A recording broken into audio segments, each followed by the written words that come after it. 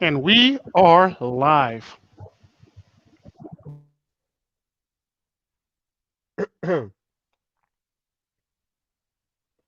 Hello all and welcome.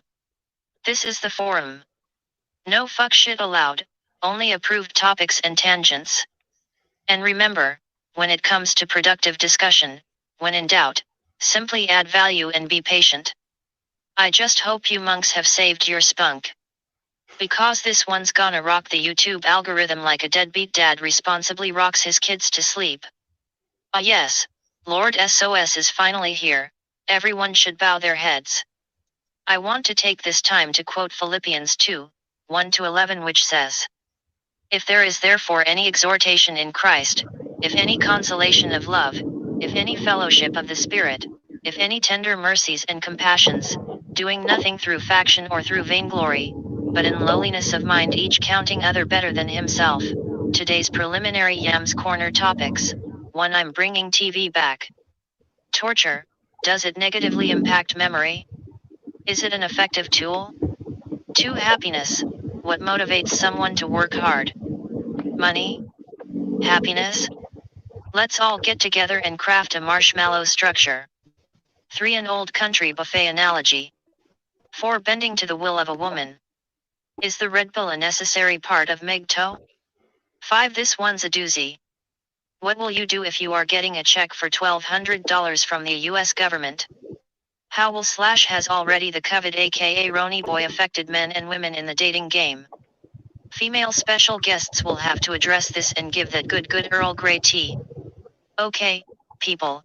I want a good clean forum, no nut shots, butt shots, or doxing of any kind. And please maintain social distancing to avoid spreading viruses and other infectious substances. A quick disclaimer before we start: we hope that you have fun listening to this stream, which is sponsored by Tren Labs and Smirnoff Triple Black Distilled Vodka. And if you disagree at all, understand that you are in denial of science. Thank you. Here's Tico with the news. Whatever. Like that? Basically, basically, I wanted to talk about something that I wanted to talk about something that's going to be some changes to the channel for the most part. There's going to be there's going to be changes to the panel on various shows basically, and we're bringing back No Shit, so No Shit is coming back also as well.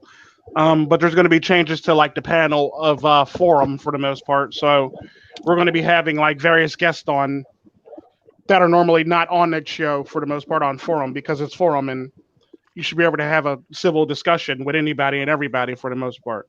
So we'll be having females on forum at least at least like once a week, if not twice, if not once a week, if not twice a week on forum for the most part, depending on what their schedule looks like for the most part. Um, as well as we're going to bring, yeah, like I said, we're going to bring back no walk shit and have some people on no walk shit if they can't make it on forum for the most part. So it should be some interesting shit. It should be definitely be some interesting shit. Um, but the concept of a lot of the live streams that I'm doing, well, forum is pretty much straightforward. All right. Yeah, it pretty much is. Oh, do you, Tico? Would you like me to read some news articles off?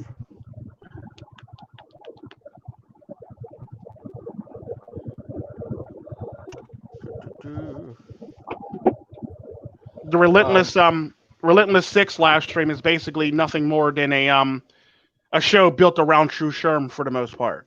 So those shows would go on sporadically depending on if True Sherm's available or not for the most part.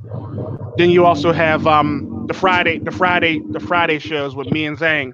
So like different people will be in there with us. Let it be Yam, let it be Double I, let it be MiGTOW in the Win. But it's going to be a normal every day, every week thing, hopefully. But do Zang for the most part. So that should be an interesting thing. Outside of that, that's about it. Anybody got anything to say? did you say anything in between the no walk shit and the relentless six? Because I think your mic might have cut out. I think it may have. Relentless Six. What I said between the Relentless Six and No Shit was I think I was talking about I believe I was talking about table flip. Okay, yeah, that's. I think I missed that at least. Yeah, Maybe table Ashley flip. missed that too. Table flip basically is nothing more than a round table for Manosphere people, an unorthodox version of round table for Manosphere people. Or unorthodox roundtable for Manosphere approved people. Got it. Yeah, Got it. so you All got right, to be that about Manosphere. sums up my questions. Anybody else got any questions? No. All So right. basically, there's a few people that want. I guess this is to try to hash out the differences between people. Well, no, But not the not the Manis, not the no It's basically to hash out differences between people and work in a bipartisan way to do so for the most part.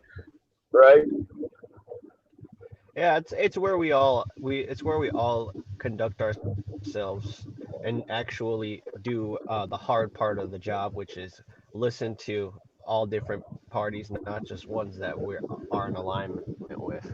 Yeah, right. so it's a bipartisan show for The the most forum part. is So like educational. Yeah. the forum is more educational and speaking about different things, whereas no is basically a bipartisan version of the table flip with some rules because apparently motherfuckers can't respect people on the damn show and always want to go in on people. So we got rules on that one for that reason because we had some motherfuckers on the show that just can't do it. They can't follow simple rules that a Hmm. 6-year-old literally made up. My 6-year-old literally made up the rules, and I'm trying to figure out is those rules too strict or am I doing something wrong or it's just shit like that. So we have some rules, and the rules are mainly if the person's not there, don't talk. If the person's not there to defend herself, don't talk about them. And if the person's on the panel, be respectful to the people on the panel, as well as leave children out of this basically. So no children Right. being bought up for the Right. most part. That was the newest last rule that Oh, got I actually do updated. have a question about that. Yeah, So there's the concept of respect everyone on the panel, but then at the same time, you said because of the people that we have in the panel or on the auction for various occasions, yeah. that if you're going to go in on somebody to do it, wait for them to be on the panel. So how does that work? Wait for them to like if you're going to go in on somebody, wait for them to either be in the chat or on the panel and do it respectfully. In other words, don't be trying to Oh, okay, do, got it. don't be trying to be all extra and be all like, dude, no, just no, just no, Like just no. Oh, okay. It's not that type of Cool. party. Just no. we Right, ain't right. No basically cat once you fights. put No we're cat adult. fights. Basically, what it said is we're adults. We don't need to pull some childish freaking games. Yeah, for the most part. Right. Well, good, good. Thank you for clarifying that for me. Now table flip on the other hand, that has no rules. Just go ham. Just go ham on table flip. Flip tables. Put gum under the table. I don't care. Just do what you do. Flip the table. Basically, do what you do. Flip the table. That's all that matters. Flick the paper football. Yeah, do what you do with the table for the most part. As far as relentless 6 or 8, depending on however many people get on the show. It's based on how many people are on the show or how many people I'm going to bring on the show for the most part. That one is going to be based on like that one's built around True Sherm for the most part. Um, it was a IGN concept that's built around True Sherm. Mm-hmm. Because I actually respect True Sherm and actually like the stuff that he says, and I enjoy the stuff that he says, and he's funny sometimes, but he can be very serious sometimes too. So that show's built around True Sherm. It's not going to happen every single Sunday, so don't get too happy. It may happen like every other Sunday, once a month Sunday. So the days that don't happen, 9 times out of 10, we'll probably pull out a no ox shit, or we'll probably move table flip to that day where True Sherm can't make it for the most part.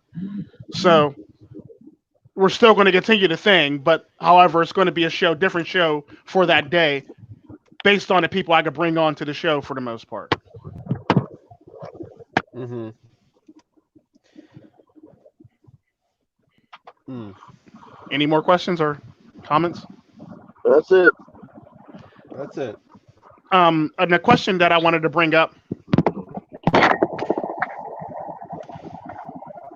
A question that I wanted to bring up that was the question I wanted to bring up was a thing that I wanted to bring up because everybody was talking about it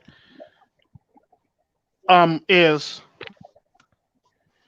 what is because Dennis brought it up in the last stream apparently, and I missed the last stream, but apparently Dennis brought it up and Yan was there and he said the Ticosphere, and I wanted to kick around that idea. What does the Ticosphere mean to you guys? And I was hoping that Double I would be here, so now I'm gonna talk shit on Double I. We're not being here to answer this question. And I wish Menace was here. Yeah, so he could establish a little bit of context. But I was also. Well, I know what he meant by it. I knew his motives, and I knew what he meant by it for the most part because we've talked before. He even remotely mentioned that. But like, I was wondering what y'all's were versus. I was wondering what y'all take on that is, or what does that mean to y'all? I wasn't even aware of a Ticosphere. Yeah, well, yeah, it's a thing. So like, if it was a thing, what would y'all be ideas of it be, or what would y'all perception of it be? Is the question. Well, we would definitely be a lot of clarifications. You know, basically, where two people were having a disagreement, we just basically clarify the disagreement in a respectful manner, and it's pretty much what it is. Like you basically are results and science oriented, you know, and you basically it's basically you savagely beat down anybody who doesn't want to understand because either too stupid or they're they're inept at understanding, and you put it back on a kiddie table. Mm-hmm. It's sort of like a harsh blanket of protection around through two different spheres, like the Spanish speaking and the English speaking manosphere. So it takes the goal of establishing unity from the Spanish manosphere, and it takes the goal of being your individual and tries in the English speaking and tries to wrap it up all in under the premise of taking pride in yourself, and it kind of erase when you think sphere, Ticosphere, I think of like everything under everything under what Tico puts forward is just has a different tint than the ones in the manosphere in either respective countries. That's basically how I see it. Okay. You want to add anything else to that, or we want to move on? Like, is that what y'all? Yeah, and then I mean, and you also have Jaguar's take, you also have Dennis's take, and I feel like Double I would probably say some in some respects it's a worldly sphere. It's kind of a more worldly sphere, taking not just from the American perspective, or the Latin perspective, or the Indian perspective, or the Caribbean, or whatever, or the Jamaican perspective, but it kind of like tries to sum it all up. And yeah, like what Win said, it is a way to direct people towards more information.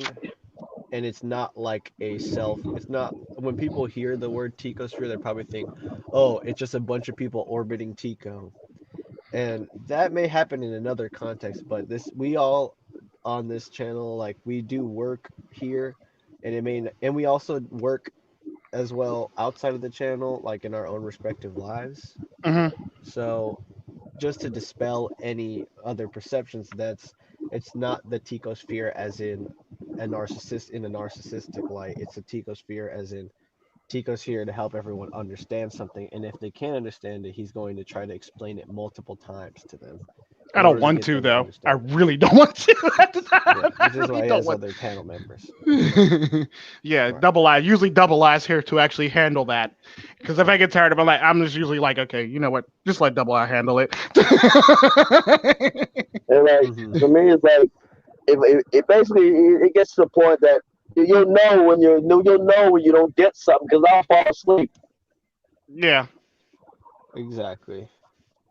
And we can't have you falling asleep during the forum, man. We're trying to get you alert. Hey, man, I do look, realize that sometimes it does get boring and stuff like that when I got to re-answer the same question over and over again. But I mean, it's a it's like, necessary evil sometimes. But when it gets to be a regular occurrence, it's like, okay, maybe this isn't the right thing. Maybe this isn't the right approach. Maybe it's not. Any logistical things before we get into some articles? I was gonna say what probably my views on it is more of a my views on a Ticosphere is because I've noticed I do this a lot, even though people, well, it's your channel, Tico. Well, it's your important part of this channel, so you got to take a vote, nigga. It's like it's stuff that you'll hear me say behind the scenes for the most part. Like you still got to take this vote. I don't care if it's with my name's on it. You got to take this vote. This is a democracy. This is not like a It's dictatorship. almost like an accountability sphere too. Yeah, because like I you hold said, people accountable. yeah, definitely. Because like we got to take this vote. If you don't like it, if we vote majority and you don't like it, I will say, well, he did say this and this, that, and the other. So if it all goes to shit, it's not his fault. We all voted. The rest of us voted for the most part. So it's all about taking accountability in the process too. So like, Right. yeah. So like, it's not about like just me. It's about the people around me and how everything comes together for the most part.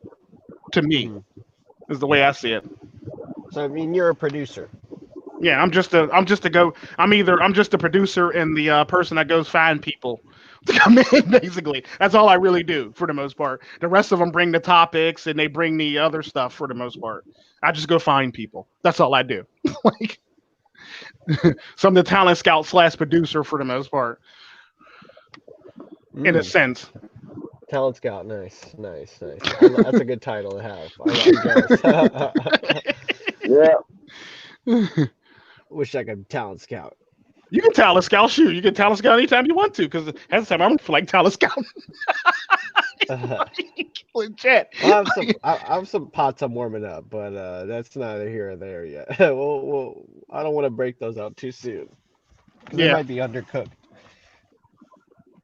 But speaking of topics, U.S. Justice Department brings narco-terrorism charges against Venezuelan President Nicolas Maduro. What? They're bringing narco charges. What are those? Basically, they're trying to say it's almost like RICO Act on a grand scale, basically. Oh, like basically RICO Act on a world scale for the most part. World scale. Basically, they're trying to make him sound like he's trying to make it sound trying to make him sound like he's a part of the cartel or he's running a cartel for the most part. Oh. So they're basically gearing up to depose him to replace him with somebody else for the most part. Only problem is it's gasoline instead of actual drugs. Wow. So it's gasoline instead of drugs. Yeah, it's gasoline instead of drugs, and we all know if it affects the U.S. dollar, then it's a threat to national security for the most part. So yeah. Then on top of that, he actually proposed coupling his currency with gold too. So kind of like Gaddafi. Wow. Kind of like Gaddafi. Plus he has gasoline, so that's a bad thing because it affects the U.S. dollar. Especially if you got gasoline and you're coupling your stuff with gold, you're coupling your currency with gold. You're using a gold standard basically. So it's one of those things where it's like it's a big threat to national security for that reason. Well, really, it's actually a big threat to the world security because somebody's just having gold. Yeah, that's gonna work wonderfully.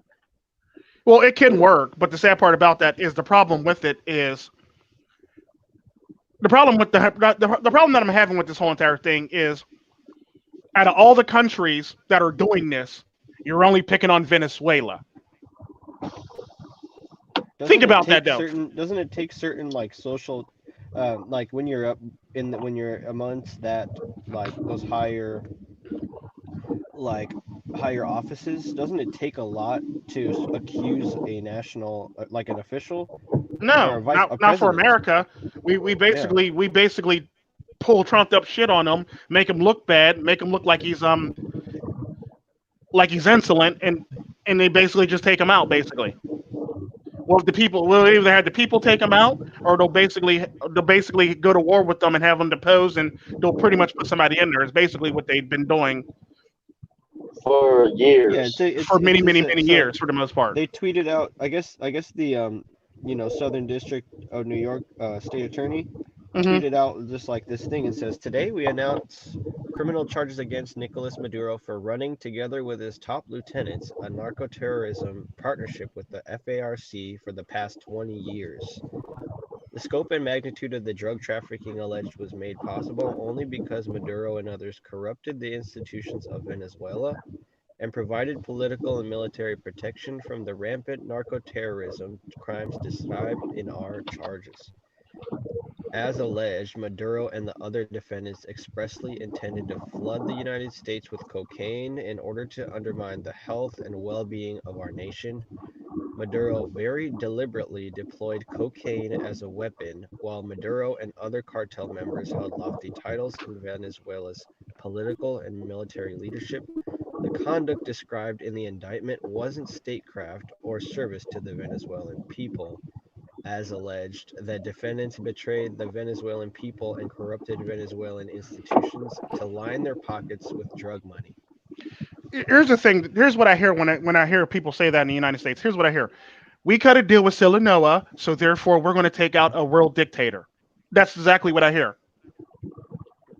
It's that Sinaloa simple. being Sinaloa being what for people who don't The know? cartel, a cartel in Mexico, Right.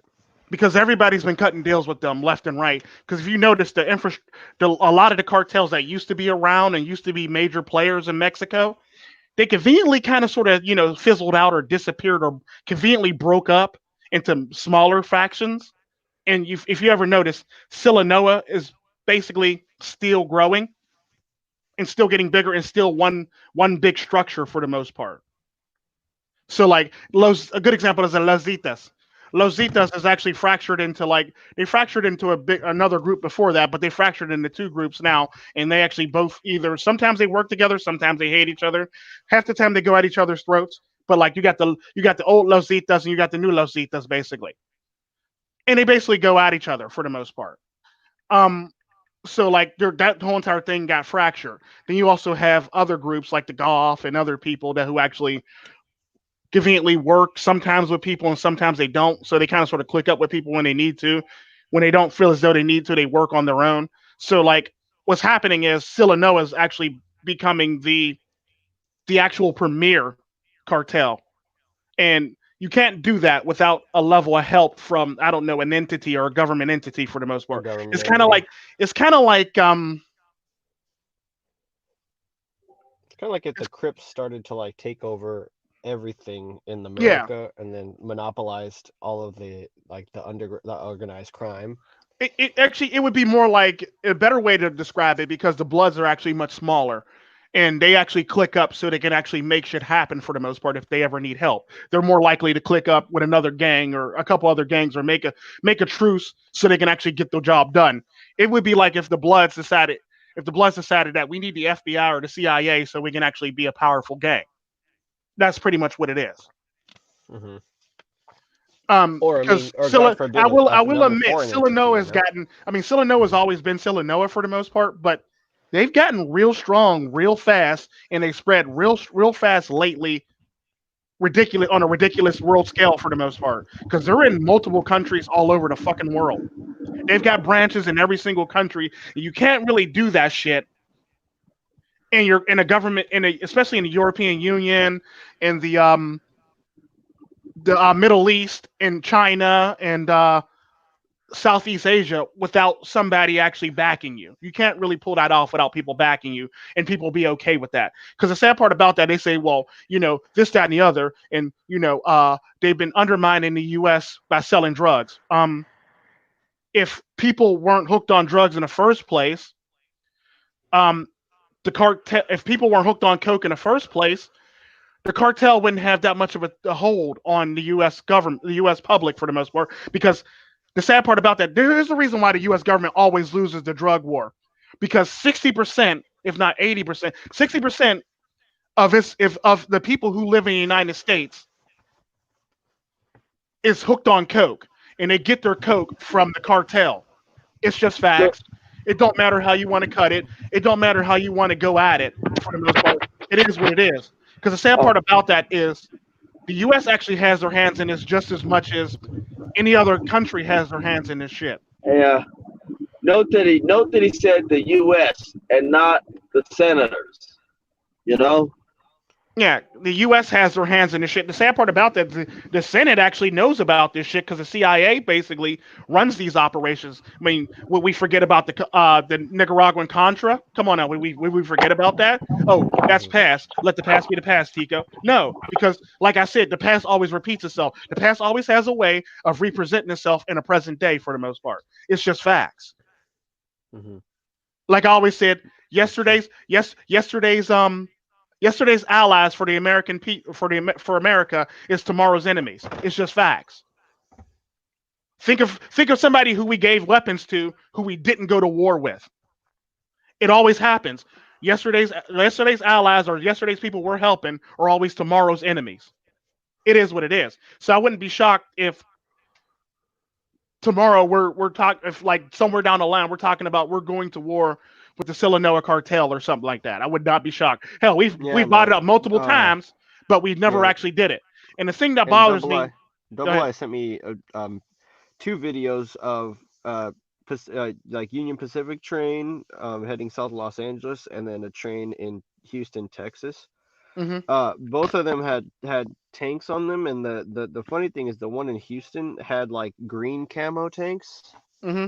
which like makes me think that they're heading further south, Yeah. and it kind of connects with what you said about just a coming conflict, and what Hmm. you see now is just like conflict in the higher off or like denunciation in the higher offices is always a sign of Yeah. more to come.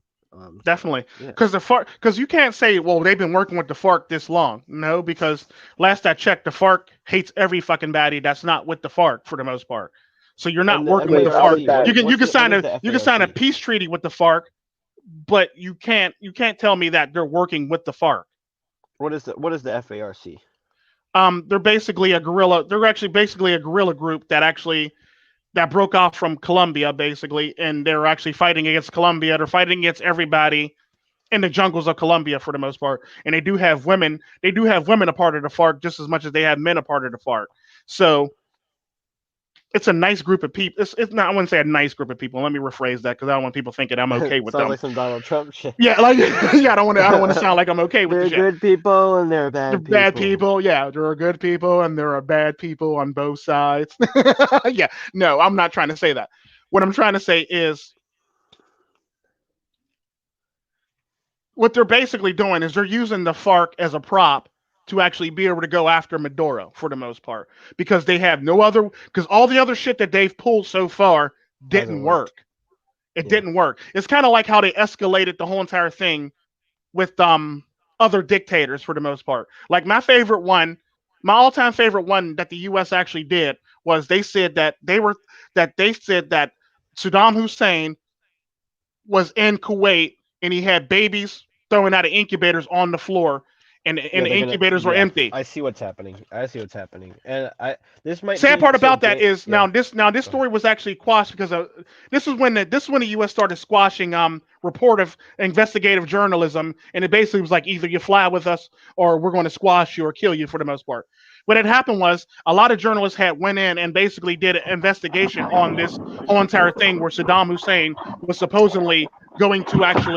actually supposedly throwing babies on the floor and out of incubators in this NICU for the most part. What they found was that the incubators that they were talking about and the US was talking about in the news, they were perfectly wrapped and they never were used. They were brand new incubators with nothing in it, and that whole entire NICU wasn't even open when this whole entire thing was actually taking place. So for you to Mhm. say that he's throwing babies on the floor and out of incubators to pull at people's heartstrings is some fucked up shit. Hey, Jets, I gotta go. I gotta call my dispatch. I'll be back. Okay. You All take right. care, man. Yeah, we'll see you soon. Well, I'll be back. I'm coming Okay. back. All So right. I'm coming back. But basically, That's that it. was a big. See ya. We'll see you when you get back if you're back.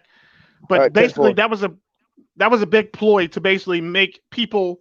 Because the thing about war that people don't realize is you have to get the people on your side of your country to want to go to Yeah. war or to want to feel like they need to go to war for the most part. And if you can't do that, you got to do something or come up with some shit to make them feel some type of way to want to go to war. Like that song, some type of way, make me feel some type of way. Basically, that's what they do with the American people. Because the minute that the American people are not okay with the war, you've pretty much already lost the war. Or the minute a Right. country is not okay with war, you've pretty much lost it. So you got to keep their attention on the war. It's just facts. Right. And what I noticed is that when it comes to two countries or two nations going to war, it communication still needs to be established between the two, or else it turns into a bloodbath, or it turns into a, because you know you got to look at, like, during the Cold War, it's like both the United States and Russia were both corresponding with one another, but it Hmm. was just through espionage. Yeah, So they were still gaining communication from the other side. It just was done covertly. yeah. Because like the thing about the Russia thing is publicly you would think we hate Russia publicly or China publicly we hate each other for the most part. But the sad part Hmm. about that is behind the scenes and some backroom shady shit, we're basically shaking hands with them and drinking tea with them for the most part. And I hate to say it like that, but that's literally what we're doing. We're literally shaking Yeah. hands with them and having tea with them while we're mudflinging publicly with them, if you know what I mean. So all this Uh-huh. rhetoric with them ain't shit. It's basically a smoke and mirrors. That's all it really the fuck is. The chance of us going, Uh-huh. because like I was saying with the whole entire Venezuela thing, out of all the countries who's talking about coupling their money with gold, we're only going after Venezuela. Think about that shit. We're only going after Venezuela. Basically, what I'm saying is we're only going after countries who we spend more on our military than their whole entire country even costs for the most part. It's just fucking facts. We spend more, the amount of money we spend on our military is more than what that whole entire fucking country costs. Also, we can Uh-huh. try out some new shit on the battlefield. That's all it the fuck really is. Because New like terrain. half the times, like the F-35 or like the F-22, I think it is. Like it needs some time on some battlefields, so we got to try it out to see what his shortcomings is and what his strong suits are. It's just facts. It's kind of like with the stealth, the F-170 or F-117 basically. We basically tried Hmm. it out in the Middle East to see how it worked. We really didn't need the shit, but we tried it out any fucking way just to see Hmm. what his strengths and weaknesses are. Basically, that's basically all we do for war for the most part. We got to try out our new toys to see what their strengths and weaknesses are, so we could take it back to Lockheed Martin and say, you might want to switch this up or change this up, or that was good, but I'm gonna need you to amp that up a little bit better, and I'm gonna need you to change this up over on this thing. Basically, is what it is. Hmm. And I hate to be mean like that, but that's all it really the fuck is. We got to try out our new toys on somebody. Hmm. Well, that kind of brings me to my next topic then, because I brought up in the preliminary topics, just like when governments use torture, does that Yeah, actually work? And if it does work, then, like, it depends on the um, torture. It depends on the yeah. torture. Um, I don't condone torture in any way, shape, or form, but like I have participated in it in a security firm. But like, there's very small amounts of torture that actually work. The minute you actually start like doing messing with somebody mentally, you're not going to get the most accurate information. So if you mentally fuck with somebody, like a good example of that is waterboarding. Somebody's going to say what you want to hear so you can get them to stop for the most part. That's just fucking facts. That's just Hmm. simple math. Like if you're going to sit here and waterboard somebody, and the fact that and the thing, well, waterboarding isn't that bad. Well, waterboarding fucks with you psychologically because it makes you think you're actually. It's basically simulated drowning for the most part. To basically put it to you in simple terms, waterboarding is simulated drowning. It'd be no different if like the mafia or somebody, or if I came into your house and I stuck your head in a fucking toilet bowl for seconds or for minutes on end and pulled you up and then put you back in there again for the most part. It's basically the same fucking thing. But Right, and it only affects it affects the person's memory who's being it, it tortured too. it's not even a Yeah. memory. It's basically their mental. It affects them mentally and emotionally Hmm. for the most part. So any information that you're going to get out of that motherfucker is probably going to be inaccurate, incoherent, and or something that you want to hear so they can make you stop torturing them for the most part. It's just facts. People just tell you shit because the sad part about that, the worst information that the United States ever gotten was from waterboarding. Like a good example of that is the school full of kids that was supposed to be a terrorist exercise camp. Oh, and the women's domestic salad shelter that would happen to be next door to it for the most part that they destroyed too. It's just like we pretty much blinked like it. Oh well, it was a mistake. It was bad intel. Or those kids were growing. Those kids would have probably grew up to be terrorists for the most part. These are the shit. This is the shit that we would tell. This is the shit that we tell ourselves so we can make ourselves feel better about doing stupid shit for the most part or having bad intel. And the sad part about it is bad intel gets you shit like that. But the sad part about that, we're able to gloss over it because it's not us and it's not none of us and they don't look like us for the most part. It's kind of like how I always talk about in the United States. If it happens to a black person, white people don't respond in a manner because it's not them. The same goes for a white person. If it happens to a white person, you're more likely to get more black people to go say, that's not right, that's wrong. But you'll get some black people that'll say, well, it's not me, or what's that got to do with me, or what's the price in tea in China? Price in tea in China got to do with me? Types niggas that'll say some shit like that for the most part. And the sad part about that is, what you don't realize is that's actually creating a divide between people. So like all this come togetherness is basically fake and false. It'll never happen because we all have this idea. Who like nations who bash each other in public are secretly behind doors shaking hands. And it's kind of like when you see feminists, like tearing down the patriarchy. We all know what they're doing in the privacy of their own homes. They're sliding into people's DMs. Mm-hmm. They're basically trying to get at the MiGTOWs, the patriarchy, the red the men, pills, the men who are the men who actually practice patriarchy that they claim is patriarchy. That actually, the sad part about patriarchy, what I've always said about patriarchy is, technically patriarchy is a European concept, and it was made so they can actually keep the women safe. And it was like, I mean, I'm not going to say it was like 100%, but mainly it falls out of the whole entire chivalry thing. Because all women want, even though women say they hate chivalry, they want some fucking chivalry. Trust me, they want a man to pull out some tables for them, pull out some chairs for them. They want a man to hold the door for them, even though they talk about all this stupid shit because they believe. And the sad part about that is the reason why you don't hear women thank men for doing this shit is because they believe they deserve this shit. So it's something that you should be doing, even despite the fact that this bitch doesn't deserve it for the most part. And like, I'll hold the door for women who are in my family, or I'll hold the door for my daughters. I'll hold the door for like women who I respect, but I'm not going to hold the door for a woman who's going to sit up there and disrespect me. So if you got an attitude when I'm opening the door, I'm more likely to shut it back in your face. It's just facts. Yeah. Or I'm gonna let it go because you just have an attitude. If you have this I better than thou attitude, I'm going to close the door on you, and I'm not going to hold it for you because I don't believe you deserve the door being held for you. It's just that simple.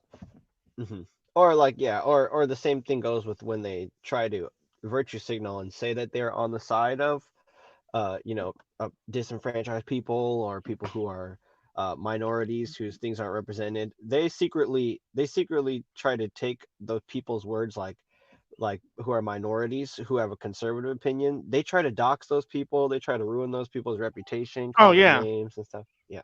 And it's not real diversity. It's not real inclusion, because and the sad part about that, I'm gonna add this. It's all echo chamber. But yeah. And the sad part about that is what I'm going to add to that is how they say, well, we're for like the intersectional feminists for the most part. They acknowledge that black people exist and they're going through some hardships and shit like that. If you were to ask a feminist, would they date a black guy? They would say no. But you're for black rights. And these are the same group of people who if you were asked them, okay, they'll try to rail against men for not wanting to date a transgender or a skinny woman or somebody like from another race or a fat woman or shit like this. But if you ask them the same questions, but it's my preference. It's my preference. But the fact that you can't have a preference lets you know that they're full of shit and they're racist and bigoted for the most part. And this has always been my argument. Like, feminists are racist and bigoted. I don't care what you got to say about it. If you're a feminist, you're probably racist and bigoted to some extent. And it's just facts. Because like you can't tell me that I should be dating fat women, or I should accept trans women, or I should have to date somebody from another race or a culture or something along the lines of that because you believe so. But the fact of the matter is, you really don't believe so because you're not willing to actually practice what you preach. Because now it turns into I have preferences or it's my preferences, but I'm not allowed to have preferences. So if, anytime you run into somebody that does have some shit like that to you, they're full of shit. It's kind of like the body positivity movement. Look, I get it. I do you boo boo, but the problem with the body positivity movement is you got a bunch of motherfuckers who actually don't believe what they're saying, and they're actually very upset with how they look, and they're very disheartened with how they look. I don't know too many people that's actually a part of the body positivity movement who are actually happy with their lives, or who actually are very happy on how they look. Because let's just face it, women go out and get surgery all the fucking time, more than men, to actually look a certain way or lose a certain amount of weight or some type of surgery where they get fat sucked out of them for the most part. Yeah, and The sad it's part, strange the doubleness that you're explaining, because it's they do enjoy whatever it is that they want to enjoy, not necessarily things that they are supposed to or they should enjoy. or they Like claim when to you talk enjoy, about or people, they claim they're and for. that's kind of what I wanted to bring up, is like there's this old country buffet analogy you used once, and this will segue into some other news too. I'm trying to avoid COVID topics, and it's funny, we actually got 40 minutes into the live stream without mentioning the virus, I which is like know. a Oh my first. god! Right? And so I'm glad I that know, that's right? actually, so let's Oh my keep it going, god! because like, Right? but when it comes to body positivity, it's like they get to go to the old country buffet, right? Hmm. And they get to take all the mashed potatoes, all the turkey legs, all the jello, all of the ice cream, all of the stuff that is really comfort foods. Yeah. And so they do enjoy part of their life where and that's what you're supposed to do when you're in America, which is why I don't really rail against feminists as much as I like to make fun of them, because you can be racist or bigoted or whatever in this country and say whatever you want, and it shouldn't really matter, but you should be held accountable at the end of the day. And I think that's what we're doing right now. We're Yeah. not really Like, trying to like incite violence or anything, or hate speech or anything. We're just trying to hold them accountable. So if you could please explain that old country buffet analogy for people who didn't catch it on the other live stream. oh, good lord. Basically, with the old country buffet thing, what I said, like, if I know a lot of y'all probably been to like old country buffet, or China buffet, or some type of buffet for the most part. Anybody, Ponderosa, wherever you want to call it, it's a buffet. It's the buffet concept basically. With women, like it's kind of like this. For men, women Or view Men in the men Manosphere. Yeah. women view men in the manosphere, or men in general. They're not allowed to have this buffet mentality. It's basically it's not a la carte. It's basically, if it comes with the dish, it's got to stay with the dish, It's and fine you dining. it's fine Yeah. dining for the most part. When it comes to men, it's basically fine dining. That's how feminists see men. You can't change it up. There's no such thing as a la carte. It's basically, if it comes with asparagus, you got to eat the asparagus with the steak for the most part. That's how women want men to be, for all intents purposes. Like, you can't change it up. You can't have a substitute. There's no other options. You got to eat what's coming with it. It's kind of like if you ever Here's been to a a nice. yeah. It's kind of like if you ever been to a nice restaurant. I don't know if any of y'all been to a nice restaurant. It literally says on the menu right under a lot of those foods, no substitutions. That's when you know you eating at a fine dining establishment, when it says no substitutions. I mean, there's some that has a la carte, and that's a whole nother story. But for the most part, a lot of the dishes at fine dining places are no substitution. So you can't substitute with anything else. So whatever comes with that meal comes with that meal. Mhm. Okay, cool. Moving right along. So it's one of those things where, like, you can't have it your way, like Burger King, for the most part. Whereas feminists, they see women, and feminists, they basically see the world as a buffet. But men aren't allowed to see it this way either, because they have to choose a certain thing. It's kind of like how they always guilt nice men into dating single mothers, Uh-huh. or the nice guy that they don't want. They want them to date the single mothers, even though the single mothers really don't want the motherfuckers unless they make bank or something like that. It's just facts. They basically Mhm. take care of their children. Yeah. It's They typically the well, same thing. yeah, Women want. they have a Yeah, here's a list from the Steve Harvey show of a woman. Her list basically it's like must be age 30 to 45, must be financially stable, no children, 5'10" or taller, no hookups or flings, must be ready to settle down, no roommates, non-smoker, must love dessert, can't be anti-sugar, must be honest, must be reliable, must be sweet and kind, must be quick-witted, must be romantic, must love food, must pay on the first date. No flowers on the first date. Must be a social drinker. Must never wear sweatpants. Must be a dog lover.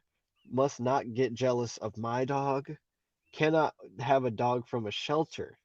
I mean, like No, imagine they this. can't This have is a no. They can't crazy. have a dog from. I think that was they can't have a dog from a breeder, but also they can't own a dog either. Was in that list too. Like, wait a So you minute, know you can't that. have a So you dog know from a that. breeder, but I can't have a dog myself at all. Like, how's that make Yeah, sense? So how am I a it's just dog like lover? crazy. So I'm supposed to love your dog with you. Got it. It's basically like with Hmm. single mothers and their children.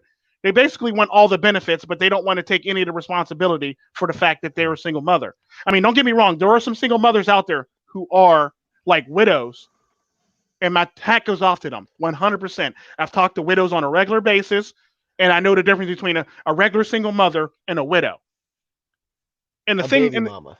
and You a know the baby difference mama, between a baby basically. mama, yeah, Yeah, and there's a big difference between a widow, and a baby mama and a for the baby most part. mama. Hmm. And the sad part about that, there's a huge, vast difference because, like, this woman literally lost her husband due to if he was in the military, something, a drone strike or friendly fire or something happening or some freak accident for the most part on the job.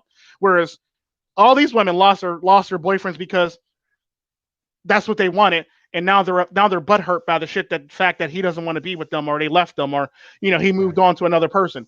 And the sad part about that is I don't have sympathy for people who are with somebody knowingly knowing that this shit's not going to work out. Because, like I said, this is the Tico Tren channel. This is the Tico Tren, baby. Like True Sherm said, I expect you to carry your own weight, baby.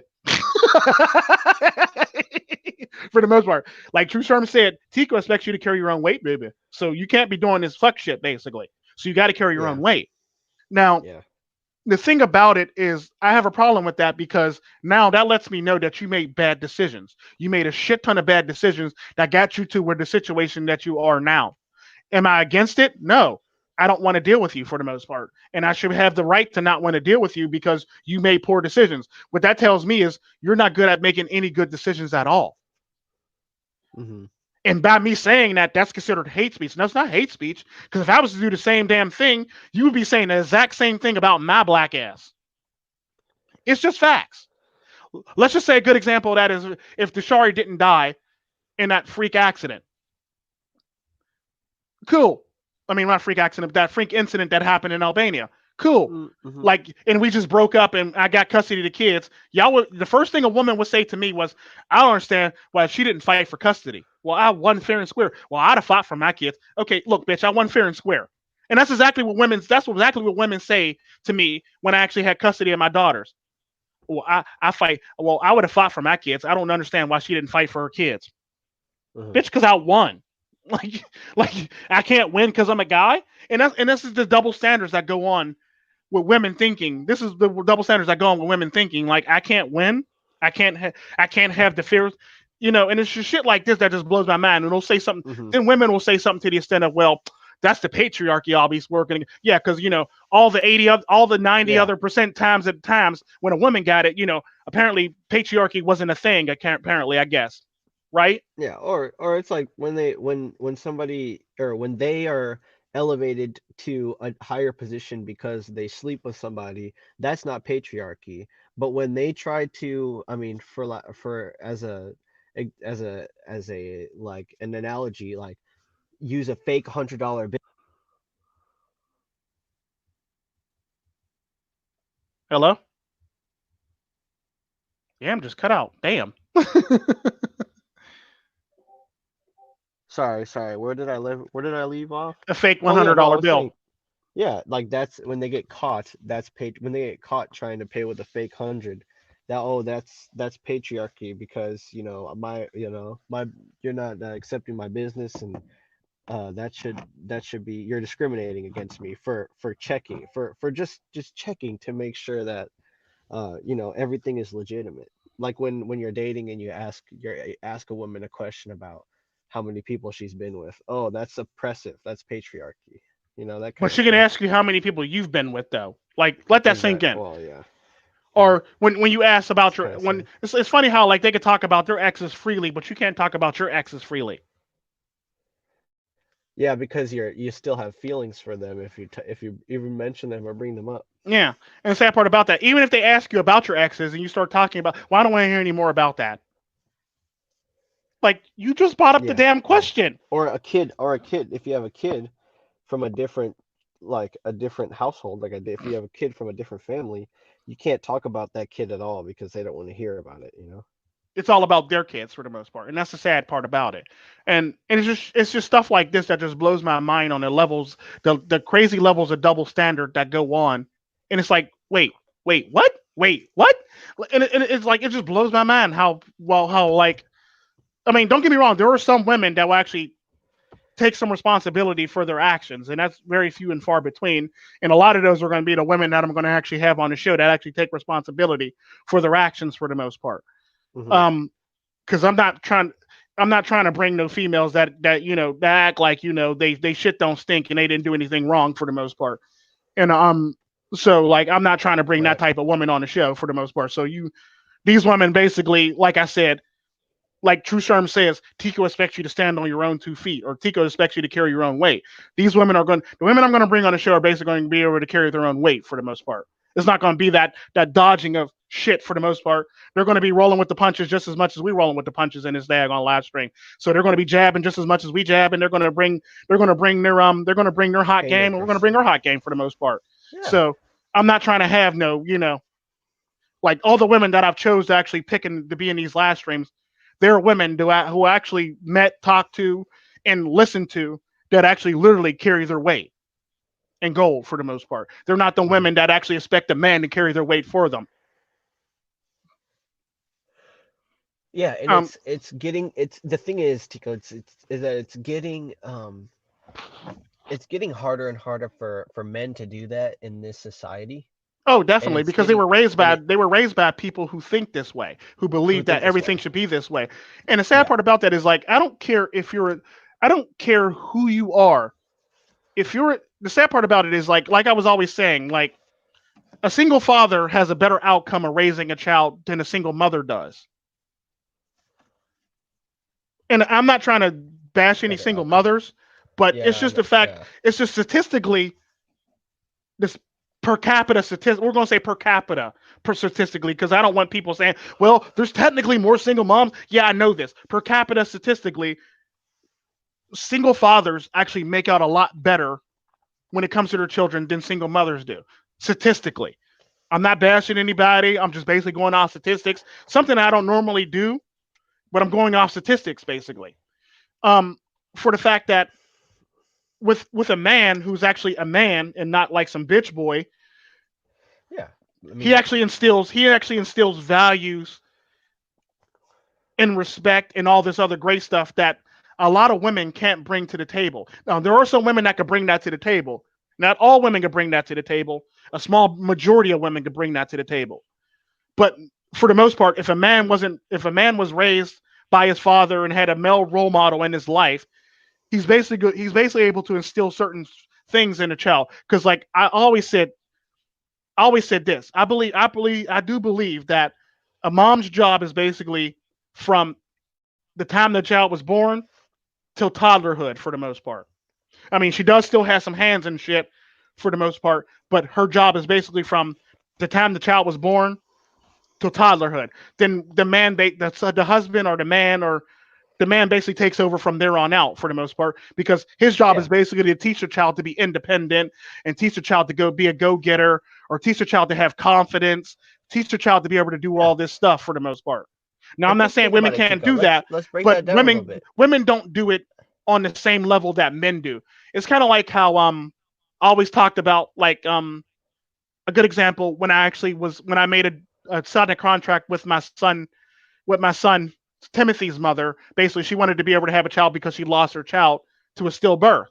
Now, I was only supposed to be there up until he was until he was walking. That was it. Up until he was walking, that was it. Was the actual terms and conditions in the contract.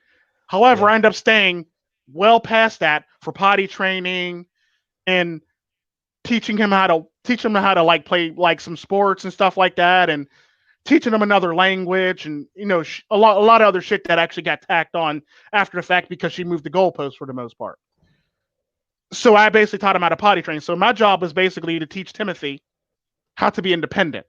That's all my job was.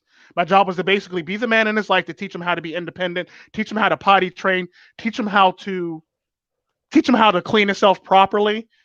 Um, in his male parts down there, because like a lot of men don't even know how to clean themselves properly. Like some men, like despite the fact that they're circumcised, there's still that skin there that you got to pull back and clean properly behind it, because you'll smell like some shit basically. Well, not shit, but you'll basically smell stink if you don't clean it properly. So my Mhm. job was basically to teach them how to do all this shit and how to be a man and be independent while doing it and be a go-getter, and not have to rely on everybody around him to actually get shit for him for the most part. So that was my job. And we understood that. But the fact that she moved the goalpost kind of sort of made me frustrated, because our original agreement was when he starts talking and walking, I'm out. Then it went from talking and walking to potty training, talking and a lot of other things for the most part. But I eventually said, you know what? This is it. I'm done after this. I'm done after this. This is it.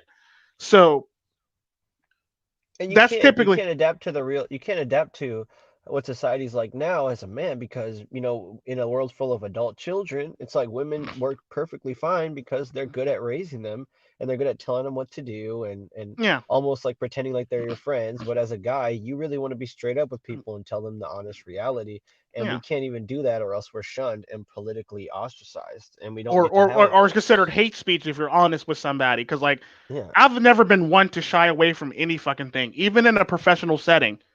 I am the Uh, most blatantly honest person, or I'm the most outlandish person, even in a professional setting. Because I've said many times, like when I worked at the hospital that I worked at, I would literally come into work. It didn't matter who was standing there. It could be the director of the lab. It could be the director of operations. It could be the CEO, HR. And when I walked into work, I literally said, "What's up, my niggas?" Now, mind you, I'm the only nigga on the shift right now, and I literally uh, said that to everybody. Some people actually waved to me. Some people got scared and ran away and hid behind some counters. But literally, I will walk in and say, "What's up, my nigga?" Because I don't shy away from anything. yeah. I don't shy away from Yeah. anything. I've never been fired. I've never been like they respected me for the most part. I've never been fired. And like I've never been taken to HR. Well, I got taken to HR one time because I called a lady. I called this white lady. I said, "What's up, my nigga?" Or like, I mean, no, I told her quit acting niggerish. Basically, exactly what I said to her. Quit acting niggerish. So she took me to Oh, HR and she you goes, did it. "Yes, I did." I was like, "Look, I'm gonna need you to stop acting niggerish. I really need to stop. I need you to stop acting niggerish." And that's my exact words I said to her. Like, because like you're being real niggerish right now, and I'm gonna need you not to do that. I'm gonna need you to act like you got some fucking sense. What was she doing? Well, she was being like real. She was being real like she was acting just like a Section 8 person, and she's not even Section 8. She's like she came from Yeah. a lower upper class family, so she has some And economics it's behind weird her, because and she has it's some weird etiquettes because behind her. And the fact that she was acting yeah. like she was Section 8 housing, and she was saying some of the stuff that she was saying, I basically turned to her, and I probably was the only person that was ever honest with her. And I turned to her, I go, "I'm gonna need you not to be niggerish. I'm gonna need you to stop being niggerish." She took me to HR. The funny thing about going to HR with this woman is, okay, so what did Tico do? Well, he called me the N word. The lady looked at her, looked at me, looked at her, looked at me, looked at her, looked at me. I go, "Well, she was being niggerish." She goes, "Tico, stop. I understand what you're saying. You need to conduct your," and she basically turned to the woman and says, "You need to conduct yourself in a professional manner." Well, what about him? He called me niggerish. Well, you do kind of, according to your supervisor and according to a lot of your coworkers, Tico's right.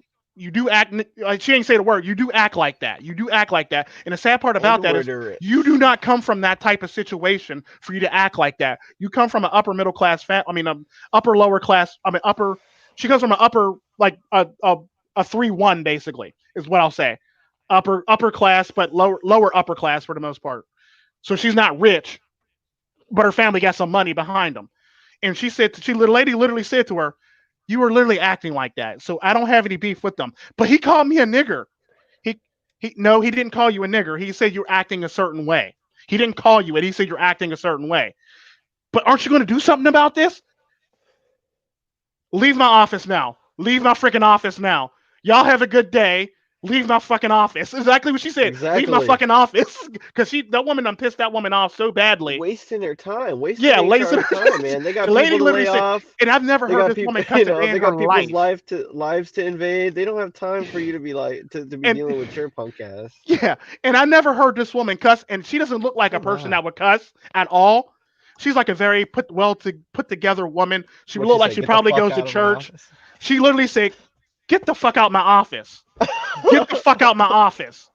Y'all have a good day. Get the fuck out my office." And I was like, "Whoa!" Whoa. I wanted to try to give her a high five. She gives me a high five. I go, "I like you." I likes ya, and She I started wants ya. laughing, and she goes, "Tico, can you at least be nicer about this shit next time for the most part? Can you like say it a little bit differently, present it a little bit differently?" I go, "Yes, I'm sorry, I will."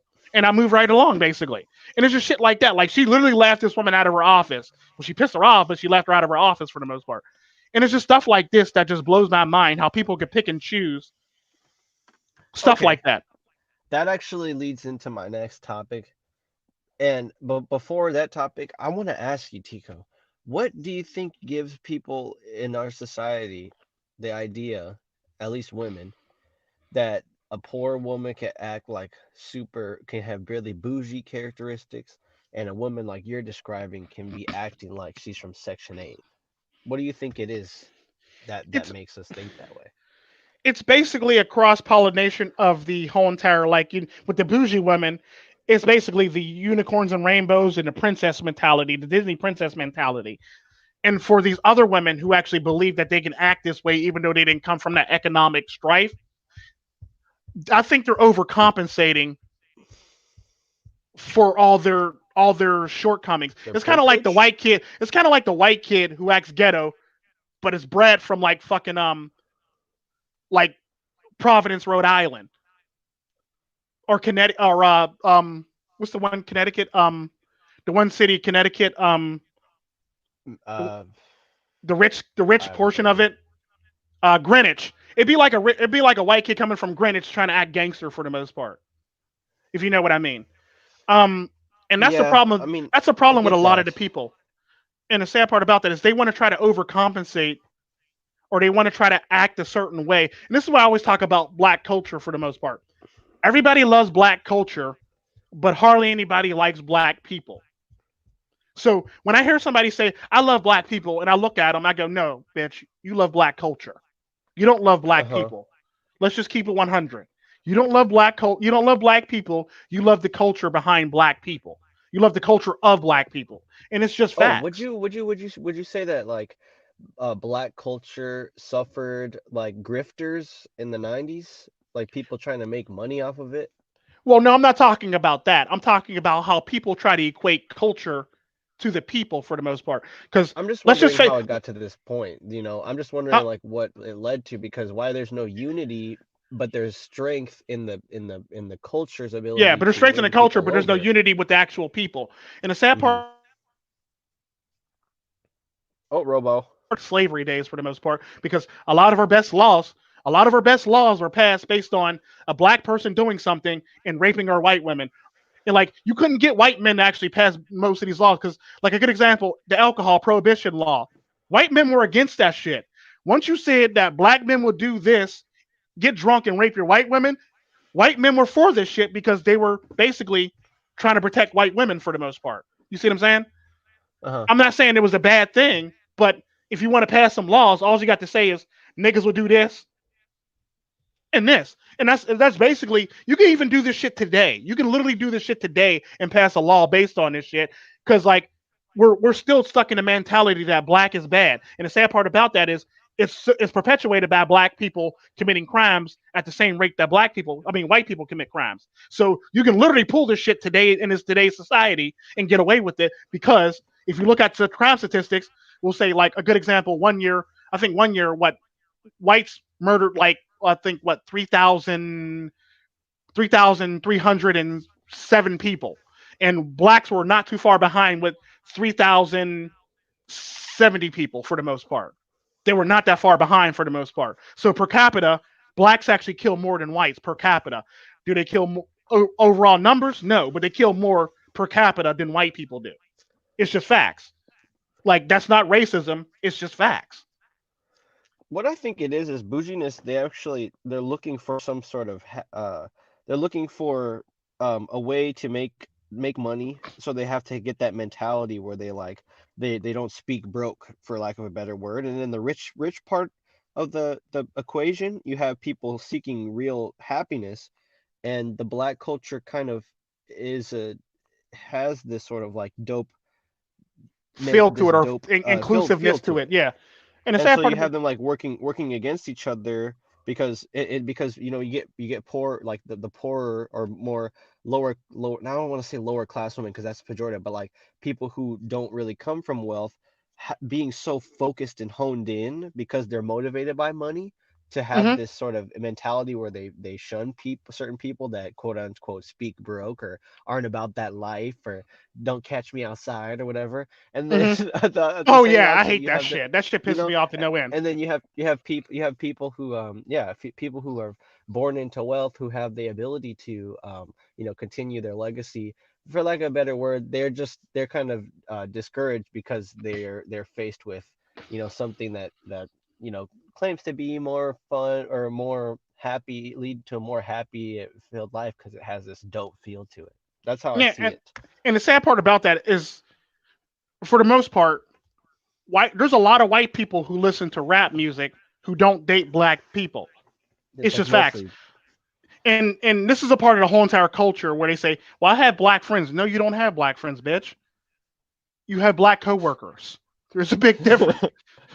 That motherfucker probably don't like you as much as He you're doesn't not like willing to you. date a black person. It's just facts. Yeah. Like if you say you have black friends, like I can say I Or you literally have do black have white friends. classmates. Like if I say You I have have black white friends, classmates. I literally do have white friends because if you ever see me in public eating lunch, I'm with my white friends.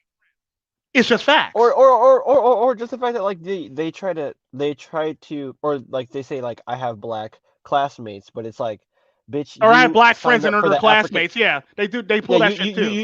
you signed up for African American studies. Like that's basically like, if you That's go literally what you did. somewhere Like and yeah, force them to be in your presence, that's not having friends. yeah, I Like know. if I go to a club, that doesn't mean I have friends that go to the club. That means I went to the club. That's Yeah, not, like yeah, I like I don't. happen to meet That's not somebody how this at the shit club. That's works. all it is. Like, and we may not hit it off. We didn't exchange numbers, or who knows? But they It's just don't kind of want to like, live in reality. They want to yeah, think that people are. They want to think that people think of them in a certain way yeah. when they don't. And the sad part about that is like it's kind of like the same thing that I got when Obama got elected. Because I made a lot of posts about this on Facebook, and I pissed off a lot of white people. I go, look, just because you voted for Obama, that don't mean you got black friends or you're for black anything. I don't care what you got going on. And you can't use the N word because you voted for Obama. I may not be okay with it, but these other black people over here are not okay with it. You can't say, well, I voted for Obama. You're still going to get punched in the face for saying the N word. Like, it's just facts. It is what it is. Like, I may not be, it may not bother me, but it's going to bother somebody else. It's just facts. Yeah, So the majority of just people that because like you voted Obama for are Obama, white. So that don't mean you necessarily like black yeah, people. It's just facts. Like it doesn't yeah, work like that. You can't use I voted for Obama, so I'm for black people. No. No. Just no. Like yeah, yeah. And so or that's that. I yeah, mean, there's my what favorite this ones really, where there's my yeah. favorite ones when it comes to white women. God. When they say, "Well, all black men like me." Well, no, I don't like you. Have we met? I don't like you. Well, you're just being mean. No, I don't like you. I literally don't like you. Well, I think you're just being mean to me. I don't like you, bitch. I don't like you. Like, and it's just that, like I hate people who say that shit. I really hate people that say, "Well, all black men Or like me," you're and not all being these, mean. You're yeah, just like, saying, you're just not being mean. You're just saying that I don't prefer. I don't. You don't impress me. Like, you I'm don't not impress impressed me by much. you. You don't impress me at all for the most part. Is all I'm It's like, saying. if you're not impressing, if they're not impressing you, then that's being mean. Yeah, You are know, you trying to do a if mic you're not check there, MiGTOW, on amazed the by win? them. MiGTOW on the win. Mic check. Check 1, 2. I guess he's trying to do a mic check. I don't know what he's trying to do. He might be having mic problems, I'm guessing. But yeah, it's just fact. It's just stuff like that. Like I'm not saying. I'm not saying I don't like you as a human being. Well, I don't like you as a human being at that point if you're going to say some crap like that. Because I've heard white women say, well, all the black girls get mad because all their men be paying attention to me. Okay, look, bitch, you're feeling yourself way too much here. You're feeling yourself way too fucking much here now. I'm going to need you to chill out on feeling yourself. It's just facts. Because like I'll say some shit that'll hurt your feelings and I'm being honest, but you'll say up and down that I'm being a hater. No, I'm being honest. I don't like your attitude and how you're projecting yourself right now.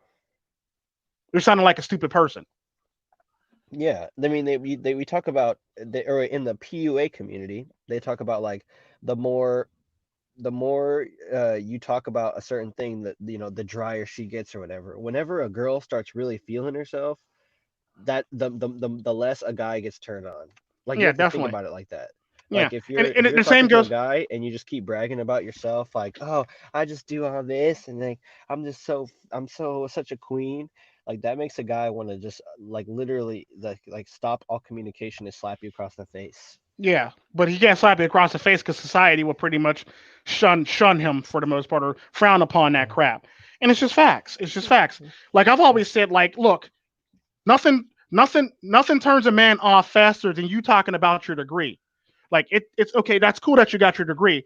But the sad part about when women get degrees, they have no other substance besides their degree or the classes they went through or their degree. And that's all they talk about. Like, okay, and I said this in a video a long time ago that I'm probably gonna have to re-upload Mhm. again because it was actually a pretty good video. It doesn't matter about your degree. It matters about what you actually, your substance and what you bring to the table. Your degree means nothing to a man. It's all about your character and your substance. If you don't have that character and substance, he's not going to be turned on by you. He's not going to be turned on you by you in the least bit. You talking about your degree isn't nothing, has nothing to do with you. It's an accomplishment, yes, but it has nothing to do with your overall character. When it comes to a man's eye, when it comes to looking at it through a man's eyes, it has nothing to do with your overall character. Your overall character has to do with what you're into, um, you know, um, how you handle things, how you handle yourself, how you conduct yourself, um, you know, things like that. Your overall goals and plans relationship wise and family wise. Because I know a lot of women that'll say, well, I don't understand why he doesn't want to date me or he didn't call me back. It's probably because you talked about your degree the whole entire time. You probably said nothing else about yourself besides your degree. And your degree is not yourself. Because, like I said in one video, if the US was to strip everything that you earn, if the US was to pretty much get rid of everything you earned in the US, like educational wise and certification wise, what would be left with you? What would you have left in your personality that actually makes you a valuable person? So if the US said, oh, well, all this education, all these certificates, all this stuff we handed out is null and void. What is it about you that will set you apart from every other person for the most part? Mhm. Yeah. And it's So also hard. It's also hard for it's like hard to it's so easy to like arouse a man if you just put in a little bit of effort, you yeah, know. But it's like not hard at it's all. so Men hard aren't it's so complicated in hard the to least arouse bit. a woman. Like it's so Yeah, hard to women arouse men aren't. certain women, like certain women, they're just like they're impossible to arouse. Unless it's maybe like because of pair bonding, but I don't even think that it's that. I think that like normal people can still like it just all comes down to people like thinking that they need to act in an extreme way to get attention, Yeah, because like normal people they don't actually need any of that, need any of that red pill PUA manipulation in order to find somebody. no, And they that kind of don't. brings me it kind of brings me to this like overarching topic when it comes to um the manosphere. We're pretty much at a point now, and I think you predicted it, but like people who necessarily bend to the will of a woman, or people who surround themselves with women, or have a support network of women, and are not these lone wolves you know, for lack of a better word, Yeah. like is the red pill a necessary part of MiGTOW, and how does that work? Um, Um. how does that work for normal people who aren't who want to be a part of society? The sad part about that, red pill does work. Red pill does work for MGTOW. However, you'll get some MGTOW that, again, with this buffet thing, that'll come in and be on some buffet style stuff. I would like the mashed potatoes and the pizza and the stuffing and gravy and the ice cream, and I don't want to have to do none of this other stuff. You do have people that come into the Manosphere and do that stuff, legit. And the sad part Yeah. about it, it kind of sort of, makes the whole entire philosophy take a hit because for what people fail to realize about philosophies, a philosophy is a philosophy for a reason. Like a good example of that is a good example of that something that started off as a philosophy, Buddhism, or Taoism, or Hinduism for the most part. Like like the sad part about those is those things, especially Hinduism, those things. Well, besides when somebody actually changed the whole entire thing in Hinduism and gave them a second That's kind I of like call it what second war. generation Yeah, Hinduism. kind of what But wars do. yeah, they had to invert it so they can actually break Hinduism, and Nam fell out. But the problem with that is when you actually start trying to manipulate and change something, because like all these philosophies haven't changed. Christianity has conformed and changed and within the last that stuff 20 on years. a regular basis. It's like it's been doing it. It's even doing it now. Because like, remember when the whole entire gay wedding thing or gay marriage thing was going Yep. on? There were a lot of I churches saying, "I will not marry gay people," legit. But when the government starts talking about messing with your finances and your non non-profit status, that changes a lot of people's ideas and minds for the most part. You see what I'm saying? So these churches didn't do this stuff willingly. They literally were manipulated into doing these things. They were strong armed. They literally were strong armed with their non-profit status for the most part to actually do the stuff that the government want them to do. It's just facts. However, a lot when it comes to philosophies and religions, a lot of religions pretty much stayed rigid and stayed the same throughout the many years and not changed for the most part. Well, for one, they got at least Mhm. the originating country backing them. Yeah. Well, and the sad part about I'm talking about religion right now. The I problem know. with like I view MGTOW, the English speaking MGTOW, the same way I view Christianity for the most part. Like when you want Mhm. people to do something and conform to something, we got to change this up and incorporate things. Like a good example, Christmas wasn't a thing, Valentine's Day wasn't a thing, and all these other great holidays weren't a thing until they had to get people to actually want to go with the whole entire narrative to make it so that they will want to follow under Christianity for the most part. Because Christianity has done this throughout the many years. And before anybody get up in here and talk about, well, Tico, that's sacrilege, nigga. I'm No, Catholic. it's Fuck it's you. a fact. Like, It's a nigga, I'm qualified Catholic. fact. Fuck you. I know exactly how this shit roll, and I'm not scared to shy away from when it comes to religion because we've done some pretty fucked up shit in the past, or some pretty crazy backroom deals to get to where we are these days. It's just Hey, fact. can I give an example? Yeah, go ahead. In the after the collapse of the Roman Empire, there was and the Christianity. They used to there was these traveling group of people called the Vikings or the Anglo Saxons. What they do was any captured soldier that they had still alive, they would string him up to a post, like have his arms flat spread eagle. They would take an elk horn or some sort of ram horn and shove a living snake into their stomachs to force other people to convert Yeah, willingly. Wow. A snake? A no, they used to living, take a ram horn and he's basically trying not to cuss. Basically, that's what he was doing they used to take a ram horn and and, shove it into somebody's stomach. yeah, and shove it into somebody's mouth so they could swallow that snake. Oh, got it. Yeah, that's an actual conversion method.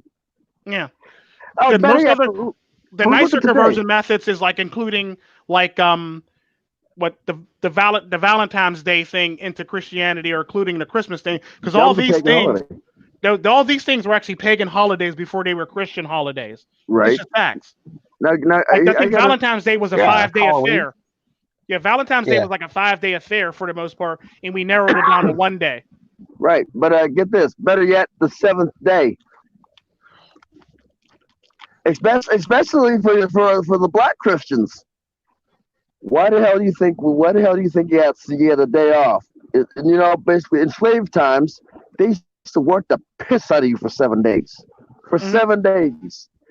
And basically they can figure, hey, we could get more Christians on our side if we take this and give them a rest day for a church.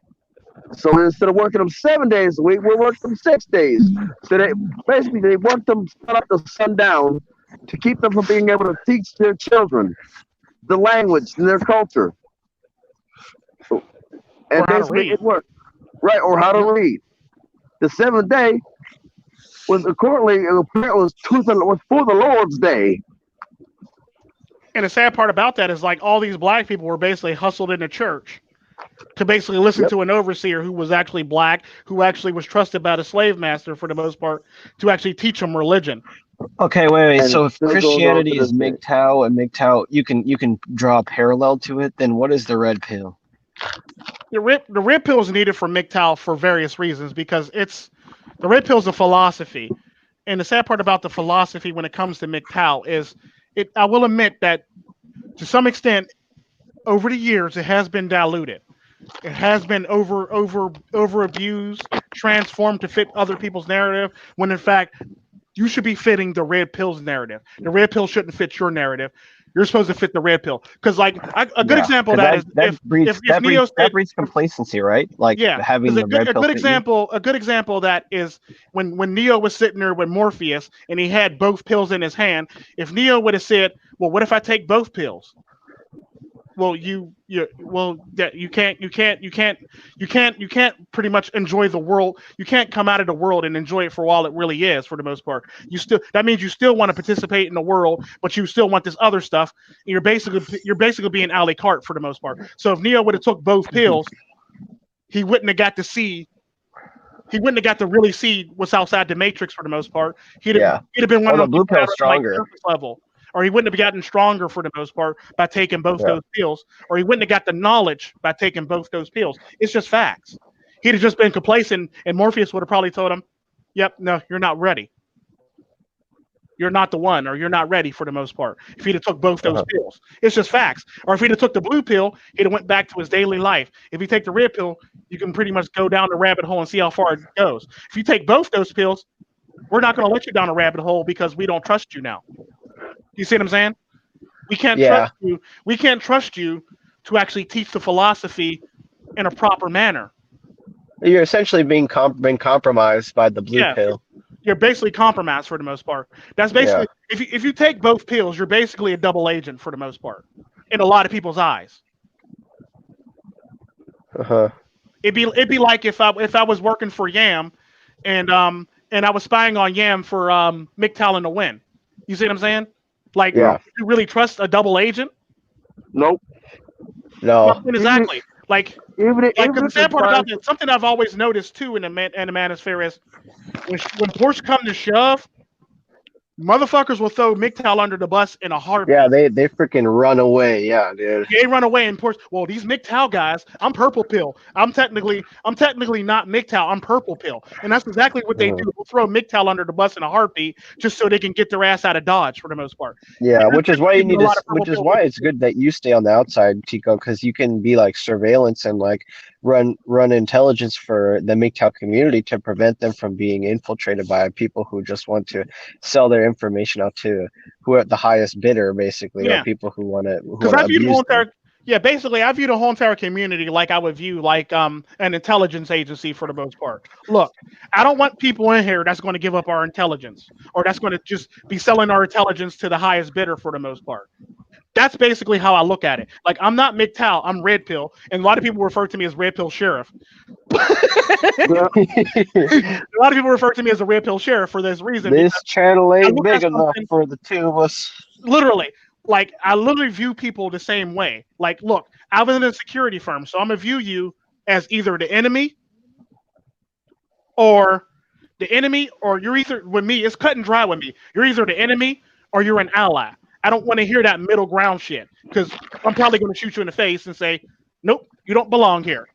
Pick a Right. side." Right. Like in a Right. sample about that is I've been able to actually do what I do because I'm red pill and I view things a certain way. So if you don't fit that certain narrative, or if you don't fit a certain way I view things, then or if something sounds off about you, or if something sounds like you're just doing it for money, or if something sounds like you're just doing it just to get clicks and attention, then I can't pay attention to you. I can't roll with you because that's some fake shit. It's basically I view it basically like the hood. Look, I'm not gonna Oh, roll with okay. some fake ass nigga that's gonna do me wrong. Why would I Right. want to roll with some fake ass nigga that's just there to ride on my coattails and then turn around and stab me in the back? Okay. So See, I so was, so without hold on. Wait. Without the red pill, what is MGTOW? They would without the red pill, MGTOW would basically be MRAs. right. Got it. Okay. Yeah. Go ahead, Win. What were you gonna say? Well, that basically clarifies it up. But basically, if what MRA does is they have to go out and try to fix the things that have been screwed up. Red pill basically tells you to just say fuck it, let it all burn, let them Well, have no, it. not really red. That's not really red pill. Red pill would basically tell you that look, like all this shit's not going to work. So here's some other tools you can use to possibly turn the tides and make it work in your favor. It's basically like two different types of warfare. There's like I would say like MGTOW, I mean, say MRAs are basically MRAs. They basically try to do shit the legal way, the clean way, kind of like how Britain did with the try Well, to do they it in the actually United fight. States. They actually Yeah, fight. they actually fight. They actually go out and they actually use arms and they actually try to fight things the right way or how they were taught to fight it basically. Whereas the red pill would be more like how the U.S. basically fought them off, like using guerrilla warfare tactics, using all this other Yeah. stuff. Basically that would be the So red pill. so yeah. So MRA is like Amin Osiris, and red pill is like Undead Chronic. Yeah, Like a good like example. it's That'd be like a good example. subversion. Like yeah, like you basically red pill is basically putting everybody's behaviors out there on Front Street so they can actually look at it, review it, and go, okay, maybe I fucked up. The problem is because we got a society of women and certain people that were raised by single mothers, Yep. people aren't able to actually reflect on themselves, so they lash out at the community for that reason because they don't want to look at themselves because that's too much work to look at yourself. And, it's, some Why of would the I want to things, improve myself? That's too much work. When I could just say you're lame and you're coping and you're all this other great stuff It's a and shame cope. you, and it's the much more thing is, easier. the thing is, deep down inside, they don't want to see what is in the inside of their psyche. No, they don't want to because that will require them to actually do some actual work to actually fix themselves to be better people. And another thing that how I view the red pill, and this is basically English manosphere wise, is the red pill is basically, like I said, guerrilla warfare and all these other tactics to basically help you advance.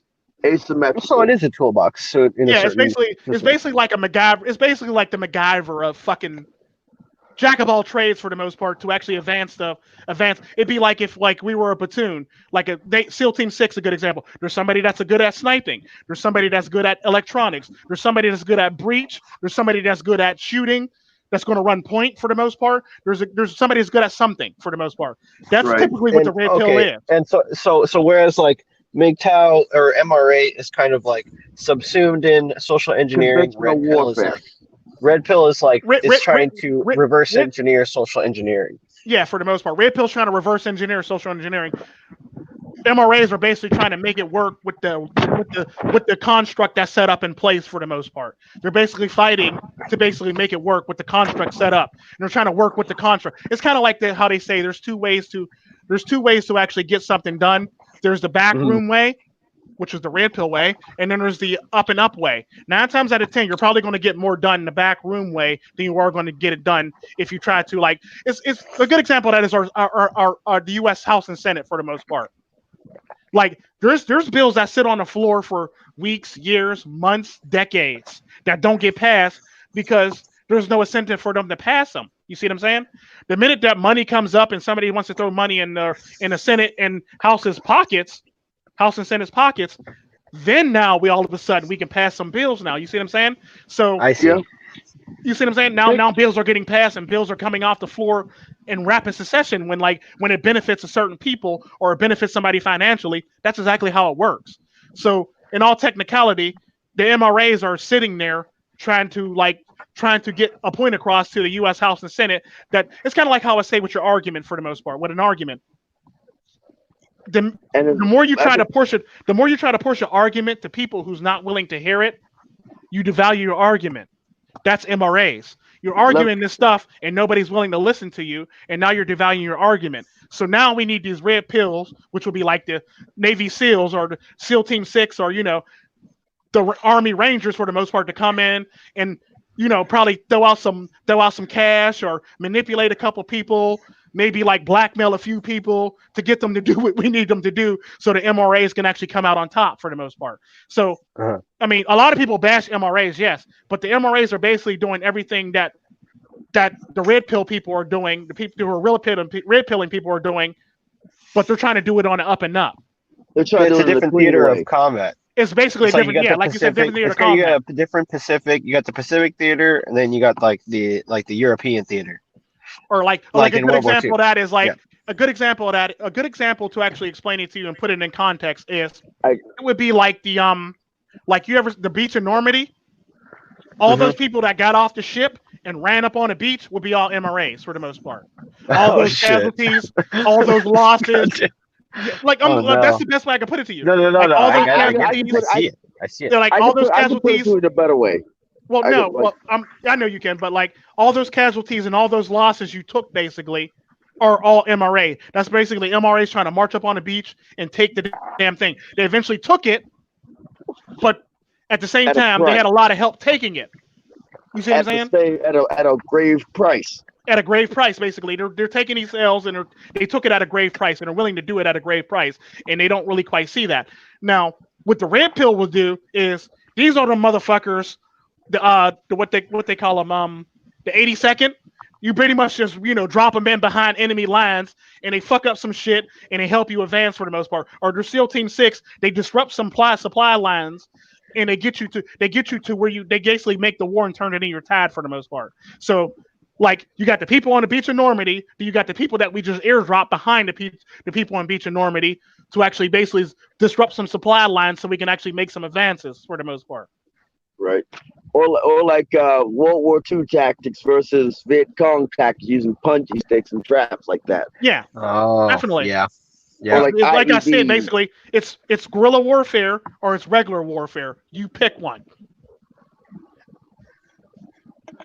So then, where does the double agent come into play? Purple pills. Purple pill. Nobody can trust them. I'm not going to say all that, but like I basically said it without saying it for the most part. But the problem is basically like I was saying, if Morpheus would have sat there and Neo would have took both pills, he wouldn't have progressed to. He wouldn't have been able to get to see Zion. He wouldn't get to get better knowledge. He might have gained small amount of knowledge, but he wouldn't have gained all the vast amount of knowledge that he gained because he wouldn't have been strapped to the machine to learn how to do jujitsu or learn how to do various karates or various things. He wouldn't have got the full knowledge that he got basically for the most part. But the purple pill does help. The purple pill does, or it is contributing at some point, right? Because like you have to say like the purple pill doesn't really cause either side to lose. In fact, it aids both sides in the conflict by being an information. That's the problem, though. Like that's the overall problem right there. You're aiding both sides. Why are you aiding both sides? Why are you not on our side? Right. It's like it's self-serving mostly. Yeah, for the most part, it's basically self-serving. Like it's basically how I say, like when I say in videos, like I'm a neutral party. I'm not getting. It's a fundamental difference between me saying like I'm neutral party. I'm not getting involved in all these troll wars that y'all getting involved in for the most part. That's me literally being neutral and staying out of the shit because I deem it counterproductive. There's a difference between deeming something counterproductive and actually trying to benefit from both sides for the most part. I see what you're saying. Like I don't believe in like doing stuff that's counterproductive. Like if I say something, like all my videos have like it's almost like a storyboard for the most part.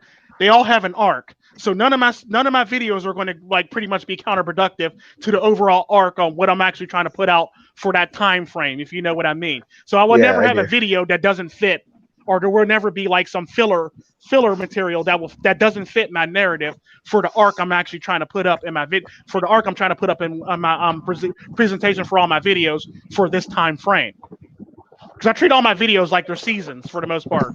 Like I'm not going to take some crazy shit from season 1 that doesn't fit my season 2 for the most part. I can take stuff from season 1 that actually fits season 2, but I'm not going to take some obscure shit and try to shove it into season 2 if it doesn't work with season 2 for the most part. You see what I'm saying? And I think that's what it is that people are trying to beat the information from getting out. Like they want to get ahead of people's perception of them, and they live in a purple pill reality. So they live in a reality where like the truth, where they're essentially like the arbiter of The Yeah. truth. truth. Yeah, Or no, it's not even. they They're not decide even the what's they arbiter. They're decide what's basically. legitimate. Yeah, it's not even an arbiter because at least the arbiter actually has a side that he actually picked and chose. You see what I'm saying? Well, yeah, they're like an indecisive arbiter. They're Yeah. like, hey, I'll be the judge It's of that, the way the and they way the never way the pass way the way judgment. I view them is like, okay, it's kind of One like second, I gotta it's find my kind of salad. it's kind of like the running joke where you'll see like in a lot of YouTube videos. Like my favorite one is Sebastian the Assassin from Clayton Thomas, where like he basically went to the one guy and he goes, "Your wife wants me to kill you," this, that, and the other, basically. And the guy goes, "Well, I'll pay you even more money if you kill her." Yeah, That's exactly. basically how I view purple pills for the most part. Like hmm you can be swayed by you can financially or physically be swayed based Well, on the that's situation James that Bond you've in been a nutshell. involved You know, like James Bond is basically led by his desires, and like you can tell because on all the movies there's always like that woman or something that he ends up sleeping with, and it gets like compromised, and then like all the agents are like, where's 007? He's like out sleeping with somebody, and then like the villains in the movie always use that woman against him, so he's always being played by somebody else. Like Yeah, he's never agent yeah, and that's he's typically never what it is. any real I mean, agent. granted, he does come out on top, but there's sometimes when James Bond takes a L. He takes a massive L's like all Yeah, the there's time. he takes it like the last few movies with that Craig, what's his name, Daniel Craig. James Bond's Yeah. been taking some serious L's being Dude, he gets compromised raked lately. over the coals, and Yeah, he like gets the, like the, thrown the under one the time, the bus. one time, like the one female agent, they told him to take the shot. She missed and she shot Bond, and he fell to his death, and they basically got away with the shit. Like, think about that shit. That's pretty much you. You just got shot by your own agent because she missed the shot because she wasn't Well, competent enough to actually take a proper you're over shot. there near the action, but you're over there near the action, but you know the people who are on one side don't have your best interests at Interest heart. at They're heart, yeah, using for you the as most a part. pawn. Yeah, and And the sad part that's about what that I is like, see. and the sad part about that is what I'm trying to say with that is there's people like that, but there's also people who are incompetent on your side who you got trying to be your sniper who accidentally miss and actually shoot your ass in the Right. process. Right. Like, so you're going to be cannon fodder for the most part, or you're going to have the person that's using you to their advantage to actually get you to do what they want or getting benefit out of you for the most part. Then you got the people who are just incompetent, and you're going to be cannon fodder by accident or friendly fire for the most part is how we say it in the military. You're going to be Yep. friendly fire for that reason. Blue on Like, and blue. it sucks. It sucks, but it happens. So you got to figure out how to get yourself out of friendly fire so you can actually look like you're the better person, and we can look like we can trust you for the most part. Because the irony to it is a lot of people view, and like a lot of people aren't going to come out and say this shit. A lot of people view purple pillars as people who are always catching cannon fodder, or people that you can't trust for the reasons that they can be swayed to either side.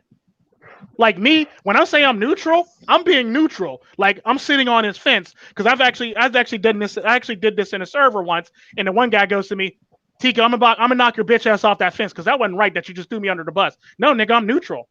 I'm gonna let y'all handle this shit. I'm neutral. Like Tico, I'm gonna push you off that damn fence because that's not right. Take her side. Like, no, I'm neutral on this shit. Y'all handle that shit. Like, and that's exactly how. And I literally sat on the fence and watched the shit happen. And then when the shit was over, I climbed down off the fence. Like, y'all handle this shit. Because if I don't, because my thing with that is, and people will say, "Well, Tico, you're technically doing say." My thing is, if I don't need to get involved, and I think y'all got the shit under control, or I don't need to add more shit to make it more complicated than it needs to be, then I have faith in you to handle your shit.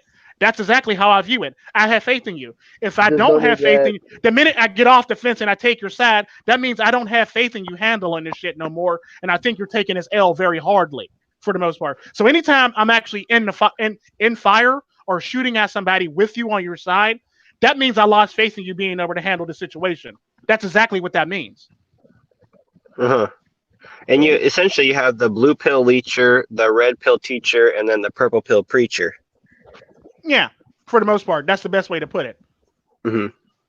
Because and so like that actually makes me wonder now. It's like, because we talk about chunking off and adding on, but I think like the red pill teacher is pretty prevalent in like in the Manosphere. Like there's a lot of good sources, and we could list them. We could spend hours listing off who to go watch and stuff like that. But you got a week. Like, you got a week.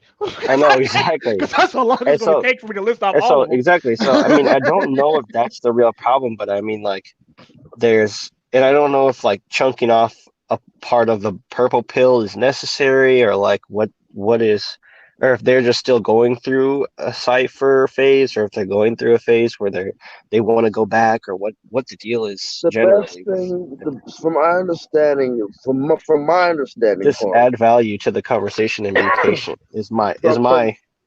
Yeah, but my understanding, the best thing we could do for the purple pills is they're gonna have to go through this blindly.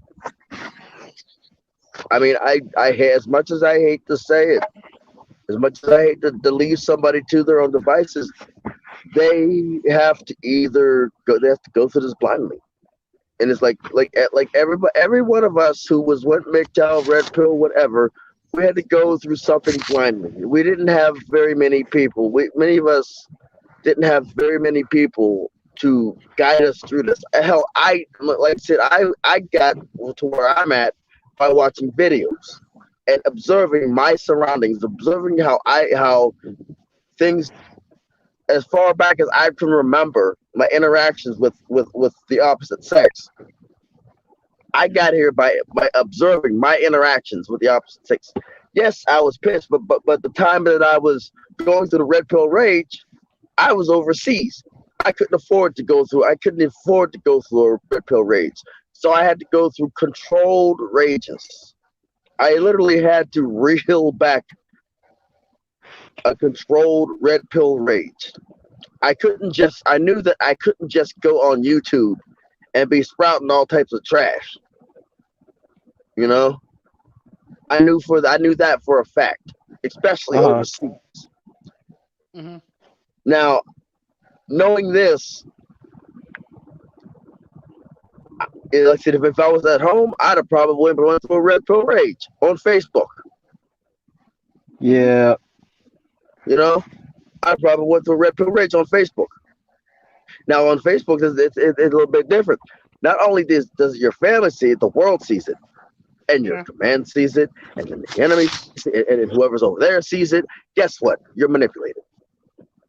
They can easily manipulate it because they say, "Oh, our women over here are like this, are not like that." But when you're going through red pill rage, you're still, especially through that, you're still susceptible to being purple pill. Yeah. You know, it's like go ahead. Sorry about that. I was just saying, like, they could literally tell you, our women over here are not like this. They are not like this. And for the most part, they may not be. But it's not the best way to go about going to red pill rage. Yeah, definitely especially not. Overseas. I literally controlled my rages, my red pill rage. Over a course of the deployment, I was binge watching MiGTOW and Red Pill content with an occasional Black Pill. When I got home, I let myself cool down from that rage before I started making content, and I had to plan out how I make content to where my identity and my privacy is prolonged and secure in prolonged security. All right, you can go ahead. Is it to show your? Is it like purple pill to show your face and like to be the person that? No, it's not, because there's a lot of people that actually show their face for the most part. Hell, Actually, that was a dumb question. When I first started, I showed my face for the most part. The only reason why I don't, like I said, the only reason why I don't do videos, actual recorded videos anymore, is because my children started being a problem, and they started getting older, and they started moving and walking and talking. So like I would have them in the shot, and I would literally have to edit children out of my shot for the most part. And the sad part about that is I pride myself on being raw, real, and uncut. So by doing that, I look at it from like a communication standpoint. Like what about your content communicates that you are red pilled, and what are you willing to sacrifice and stuff like that? And then from Wynn's perspective, like I look at his strategy as another strategy, like another tool in the toolbox, like because we are really just one collective, and we all have different strategies for how we deliver the content. Yeah, and the sad part about that is, like, everybody has different strategies, but the fact is, when I came into the Manosphere on the English side, I really had nothing to lose, if you know what I mean. I had zero things to lose. Even my job, neither did I. Even the job that I had at the hospital, I really had nothing to lose because I can always fall back on a family business. Yeah. So like I basically did that job part time, so I wouldn't have to travel for the family for the most part, as much as I used to. Because like a nigga was literally living at the airport when I used to work for the family business full time. A nigga used to live at the airport. Like I barely had time to even go home. I would literally go home. Like there was times when I would literally go home and walk in my door, take another bag, take another suitcase that I had planned for another trip, and walk back out the door again. Like I would literally not even make it in the door. I would basically just reach in, grab the other suitcase, and walk out the door, and sleep on the plane and sleep at the airport. And that's exactly how I lived for the family business. So I took that part-time job to basically keep me from traveling all over the fucking place and keep me stationary so I can actually be more involved in my children's life for the most part. Because my children that was back when like Deshari and Kierna were actually starting to get older and they were walking and talking. And her favorite line was, "Daddy's working," and that actually hurt me to the core when they actually tell people Daddy's working. You know, and that, like, dude, that means I'm not there for them. And that means I need to be home more for the most part. And that actually hurt me to the core when they actually used to hear that. Well, yeah, we're finally glad we got to meet you. They always say you're working. What do you do for a living? I work for the family business. We have a farm. We have an international farming / security firm / holdings companies in various countries. It's sad that people don't see it that way. I mean, it's sad that people will never really understand what it means to like raise children properly because they'll always be working. It's a sad reality. And the sad part about that, the only reason why I picked up that hospital position so I can be in my children's life more often, if you know what I mean. But the sad part about it, when I actually started making content, then I started having more children. When I started having more children and stuff like that, then my children started being in my shot. And like I said at the beginning, my channel was built on being raw, real, and uncut. So now I got to edit a child out of my frames. So now I'm not staying true to form. This is why I started doing the recordings, basically. That way I ain't got to edit children out of my shot. And I know I already hear, well, why don't you just show your children? Because it's not their place to be in my thing. I'm not going to use my children to get more views because you think they're cute. I'm not going to use my children or put them in a situation that they don't need to be in for the most part because I'm a responsible parent. That's why I don't bring my children in the shots. Same reason why I don't bring my dog in the shots. He's not a part of this. He has his own life. He likes laying down, sleeping, and eating, and going for walks and playing with his master. That's all he likes doing. He doesn't like being in. He might like being on camera, but I don't need him being a mascot for my damn channel. I want my channel to grow because of me, not because my children or my mascot, my doggy mascot for the most part. It's not how I roll. Listen, me, it's like I just like. I mean, I will show glimpses into my life, the things that I see. But other than that, I'm It's not not sure. Like, relevant to you. it's not relevant. Like I Yeah. said, yeah, you see, you two, they've seen my dog a few times, not all Mm-hmm. the time. But for me, it's like I will show them what I see out this windshield. Mm-hmm. I like I said, I will help. I won't show you my truck, that's for damn sure. Mm-hmm. But I will show you the type of truck that I drive, Yeah. parts of it. Yeah. I'm hell. In many cases, I will eventually do a layout of my truck, like all my tools, all the equipment that I work with. Mm-hmm. But Oh, that'd other be than that, cool, man. I want to learn how to. I want to learn how to like freaking fix stuff up the way you do. yeah. But for me, it's like I'll show and I'll explain to you why. I'll explain to you why I have it in my truck. Mm-hmm. Like And what all the the all purposes the is and what the uses for it, because like you're not going to have something in your truck that's not necessary for the most part. right, either to benefit me or somebody else. Like I said, I carry an E tool, entrenchment tool in my truck. You know Yeah. why? Why? I got buried in the mud one day, and it ripped my bumper off. So rather than rip my bumper off, I dig myself a little trench to get or dig my bumper out before having a tow truck pull me out. Rather than rip my bumper off, getting it ripped out the dirt, and have to Gotta carry think that of. bumper in the cab of the truck for goodness knows how long. Yeah. Yeah. Right. Yeah. I carry tire chains in the summertime. Well. Here, I'm gonna bounce out quick, but I have something to add to that. I'm about to talk quick, but I have something to add to that as he leaves out. But But and the thing about that is like what a lot of people don't realize. Oh, he's back now, so I don't have to say anything. Yay. Well, I was gonna but say, I was gonna say I'll like say that people. I notice people in the Manosphere, they carry around like a bunch of tools, but it's not because they learned. It may or may not be because they learned any lessons that required the tools. Like for example, I bring up like the push and the pull thing, or from the PUA community. Like you Mm-hmm. see a lot of purple pillars doing this whole like flirty thing, or you see them doing this. See them like playing the mind games that like PUAs do, but it's not to actually benefit anyone or pull, or it's like always self-serving. It's not to actually like teach anyone. I understand, like if I have to get a tool, like I need to know how to use that tool, because it's right, not just for me, it's for anybody else I'm around that I can help. Because if you can only use the tools to help yourself, then it doesn't really make them a good tool. Like it might as No, it well not doesn't. even be. It might as You well might not as well even just pick a be. different tool, Hello. or you might as well just go with something else totally different. And that's true. Exactly. yep, Yeah, like the push and pull thing, the rhetoric, like because you could be self-sufficient, but if you just have the self-sufficient rhetoric, it just comes off as like virtue signaling, like in the like a reverse of virtue signaling. Like people talk about how much of like a scumbag they are, how much of an asshole they are, a jerk they are, but they don't actually help people on the outside of that. They actually live that like Yeah. that a-hole lifestyle. Yeah. And it's just Like like I it's would just strange.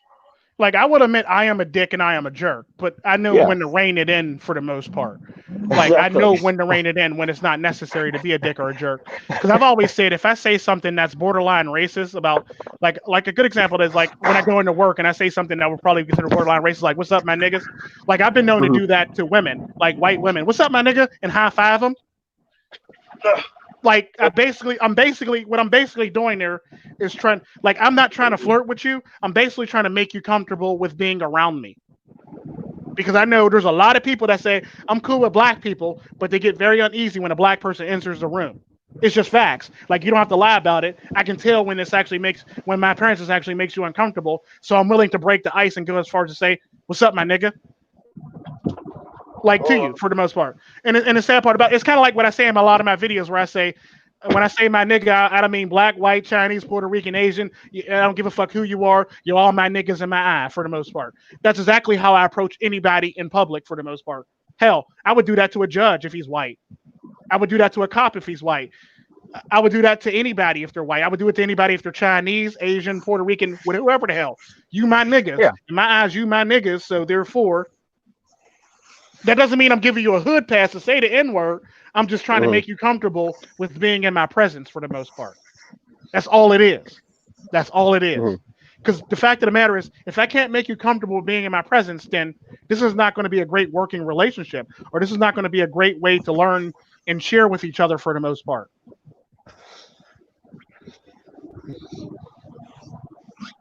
The relationship building, I've said before on the live stream, is like something that a lot of people in the manosphere haven't really, even with all their years of experience, have not really learned, because they've really just, they've treated this whole thing like either like a huge money making scheme or like a dope culture, like a black culture thing. You know, and it's really sad that I have to say it that way, but that's how it is.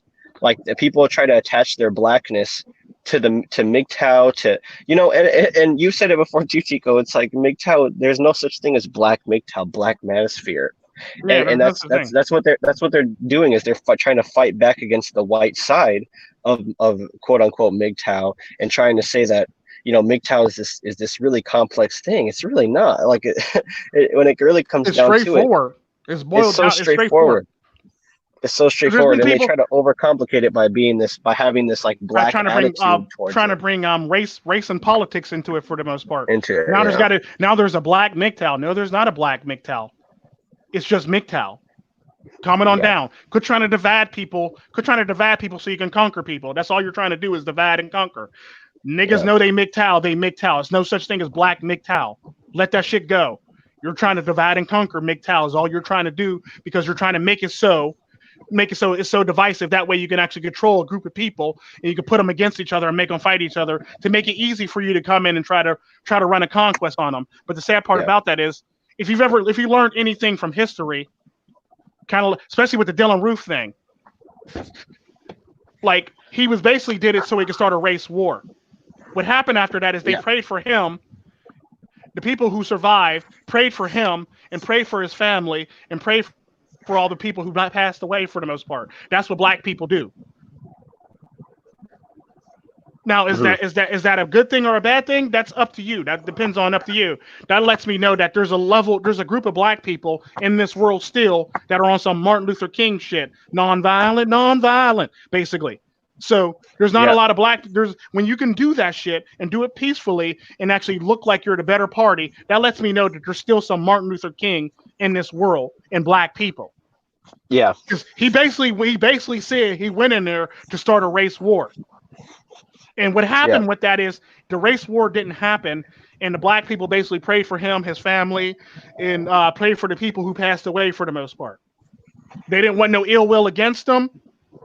They basically did what they did for the most part and basically made it happen and got out of there for the most part. Yeah. Right. No, I didn't quite follow that story as much as the mainstream media did, but I understand. I watched the interrogation, the police interrogation of Dylan Roof, and like the interviews, and like hearing his mentality. That's not something that you can wage a war against, because that's not a fate. That ideology doesn't have a face. It's not like a white person or a black person. It's just somebody whose perception has been manipulated by the mainstream media.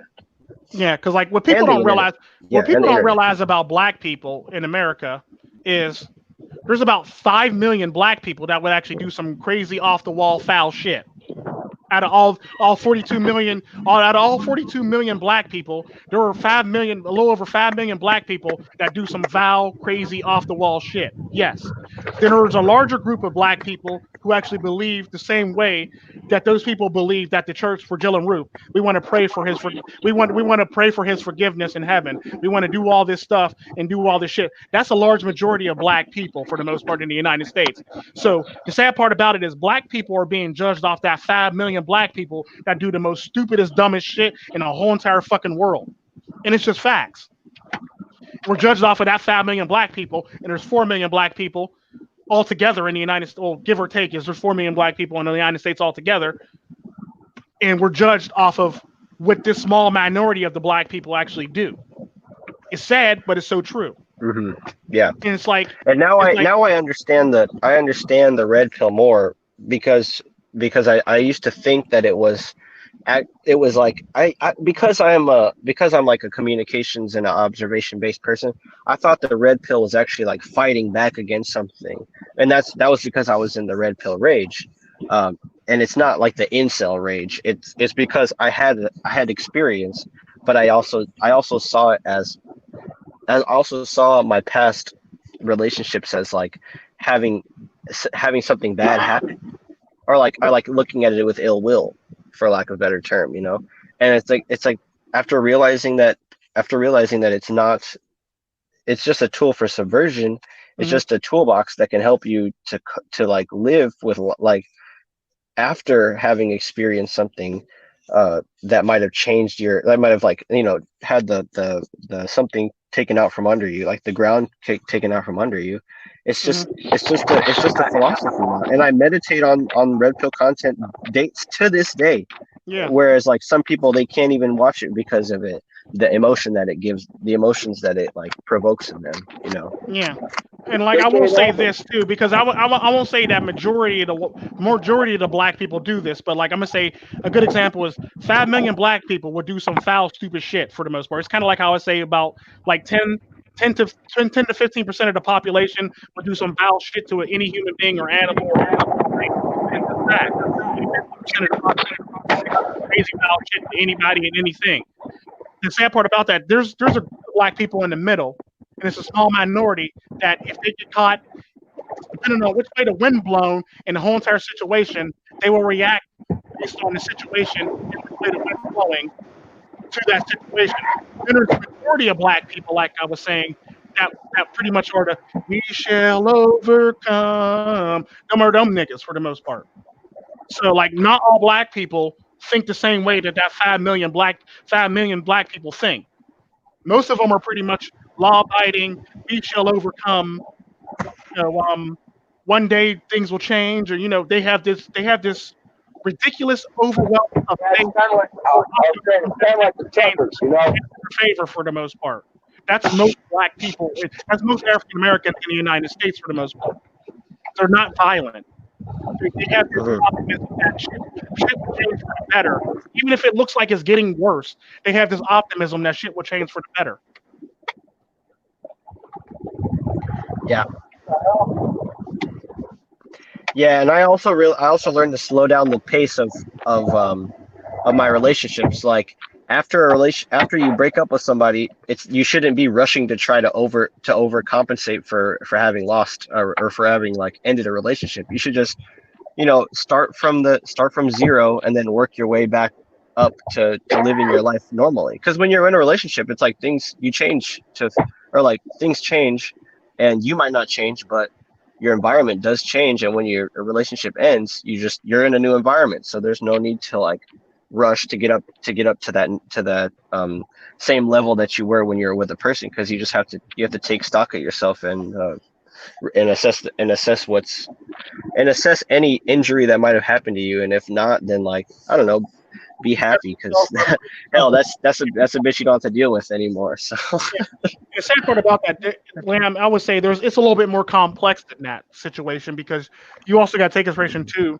You have some people who can't be alone, who refuse to be alone, that yeah, can't be alone emotionally, mentally, physically, or you know, they can't just be alone. It's like they need to have that body next to them. They need to have that.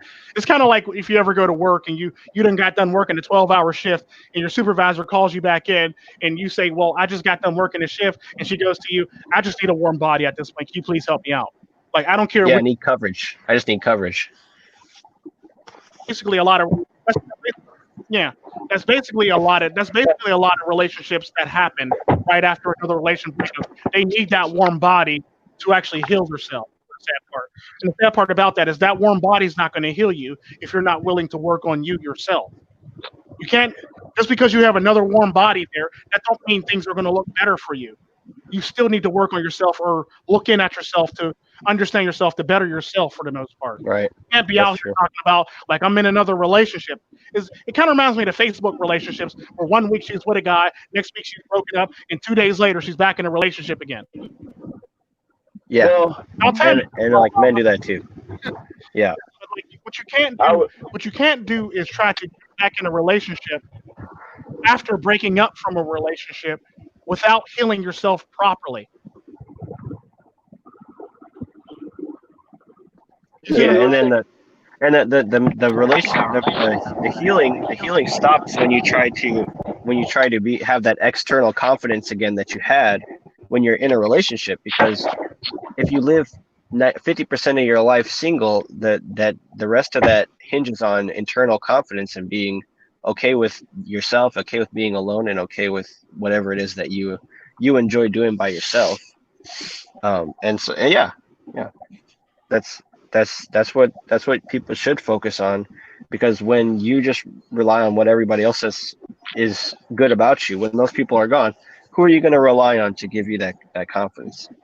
You're going to be looking for that in somebody, and then the first person that gives it to you is going to be what leads you back to the plantation, baby.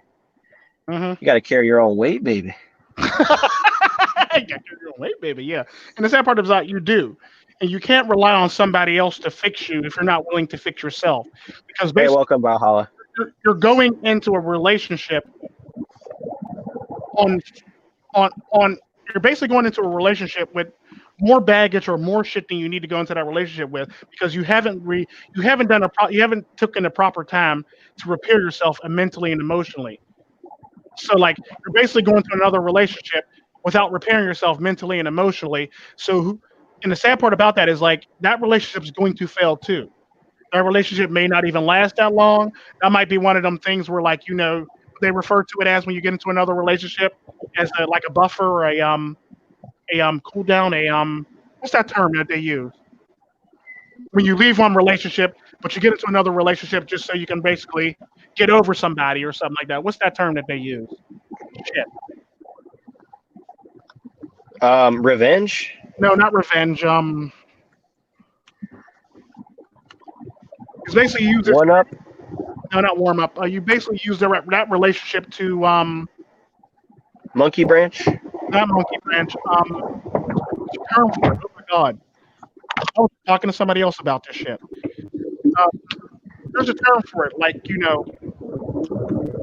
the term. Basically, you use that relationship basically to get over something or get over. And the sad part about it is you never really get over it because you never really work on the problem for the Oh, most. compensate. Not Like- compensate. There's another term Oh. for it they use. I forget the Okay. name. Okay. Yeah. Yeah. like let me say something. Like for me, it's like so with the relationship things, like it's like being rejected. You know, I've been rejected pretty much 6 times in my life, and I've only asked 6 times in my life. One of those where I actually tried, you know, and the one that I actually tried was probably was where she went completely fucking radioactive, you know. And it's like you before asking another person, you basically got to figure out how you're gonna bounce back from that. So basically, it's basically you got to give yourself time to bounce back, you know. And it's like, as I said, like, I mean, I know I said it in a few videos, but I said they don't see the potential. But I basically the one that, and the ironic factor is the one that harshly rejected me was now attempting to get with me, you know. And I'm like, I'm not having it. That's pretty much what it is. It came back to bite her in the ass.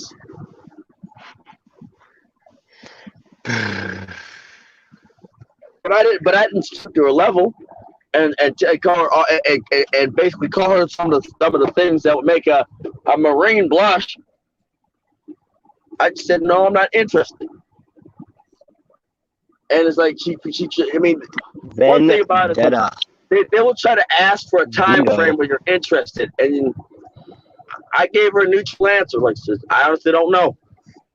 You know, Yeah. I know that I'm not interested in relationships. I don't give a flying fuck whether how healed I am with a fuck or not. You know, Yeah. I just don't want to deal with it. I'm really trying to think Yeah, of and the that- term that they use when you get into another relationship to basically. I couldn't even that term slipped my mind. What is that There is term? a term. Sloppy seconds. No. I don't know. Rebound? Valhalla said vendetta. Not vendetta. So it's they got a term for it when like when women basically get into a relationship and we break up out of a relationship and it's a bad relationship, then they date somebody to actually Replacement. not replacement to basically get over that last relationship. There's a certain term that they use for that man One in the night middle. stand. A man in the middle before they actually go to the next man. I gotta pull my can. Rebound. Rebound. That's it. Rebound. That's what it is. There you Rebound go. relationship. That's what it is. Shit. I was Dude, pissed. I was looking it up too. I know that took us a good 10 minutes, but I'm sick of being the thing about me. My archetype is like my body type and everything. It's like I am the rebound guy, man.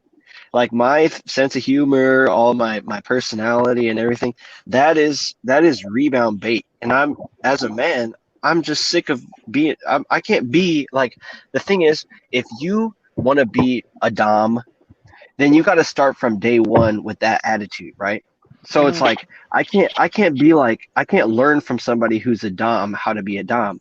I have to learn from somebody who's a dom how to do my rebound guy strategy better. And it's like that. And if I get sick of it, I can walk away whenever I want because I'm not trying to be somebody that I'm not. That's the key. That's the key person that's the key definition when it comes to like understanding the red pill.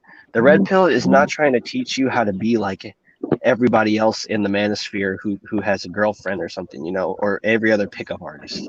It's just trying to teach you. It's trying to teach you how people view you by you assessing how you view other people, how you view yourself, how you relate to yourself. So it's like a girl's not going to be able to pick me up anymore by quoting Schoolboy Q lyrics to me and basically by saying nigga this, nigga that, because I'm not won over by that shit anymore. I'm my own person. I have my own culture and my own interests, my own values, and you can't use black culture to get into my DMs anymore. Just bye. Right? You know, literally. that's how I see it. I mean, I don't. First off, to get my DMs, you can't even use shit. Black people couldn't even use black culture. You know? Right? Oh, what about the whole survival of the race? We're fucking dead. You know? Oh well. I look at it like this: about when it comes to survival of the race, when it comes to black people are African Americans are the biggest hypocrites when it comes to that shit. So what you're trying to tell me is it's perfectly okay for y'all to shoot up black people at like 3 to 7 people a day, or like my favorite one is when one white cop or one white guy happens to shoot somebody, it's unfair. But you can't grab control of your own fucking in our neighborhood. diversity. Our diversity in our community, like where we have mulatto people and we have people who are mestizo, people who are half Indian, Afro-Caribbean, they're the first people to get shot because black people are colorists. They do colorism and all that shit. They kill all the people that are not like them. And that's what furthering your race is like spreading and adapting. The sad part about that is like black people, like a good example of that is like the one week where that one cop shot that one kid and they were out here marching in Chicago. There was like 60 to like 85 people that were actually killed on black crime that same weekend. But you're harping about this one cop that shot one black person. But your neighborhood just off like 60 to 85 people in your own fucking neighborhood in a matter of like minutes. We are big hypocrites, and you know why? And that's another reason why I will not date. That's another reason there's 2 videos that I made. What women that I will not date Mhm. is Right. and black people is on the list. It's like for one, it's like I will not date a black of if I would ever date anybody again. It's because of the hypocrite. Dude, I can't talk Yeah, and today. the sad part about that, yeah, the hypocrisy. That and And the the sad fact part about that is like black people literally bring it on themselves. And the sad part about it is they'll talk about all this stuff and wanting to be all this stuff, but you're killing your own at like like a good example is the Andrew Zimmerman thing. At the same time when the Andrew Zimmerman thing happened, y'all done already killed what like 50, 60 people already in your own fucking neighborhood. So you mean to tell me that this Andrew Zimmerman thing is greater than you killing your own people at 50, 60, 50, 60 people apiece? Like, think about that. Then on top of that, if black culture was so important, these black women wouldn't be running out here getting black abortions. So Yeah. obviously I got the game right, fucked and up. for me, Y'all got y'all priorities all right, fucked up. and then I'm looking like this. and better yet, Go ahead.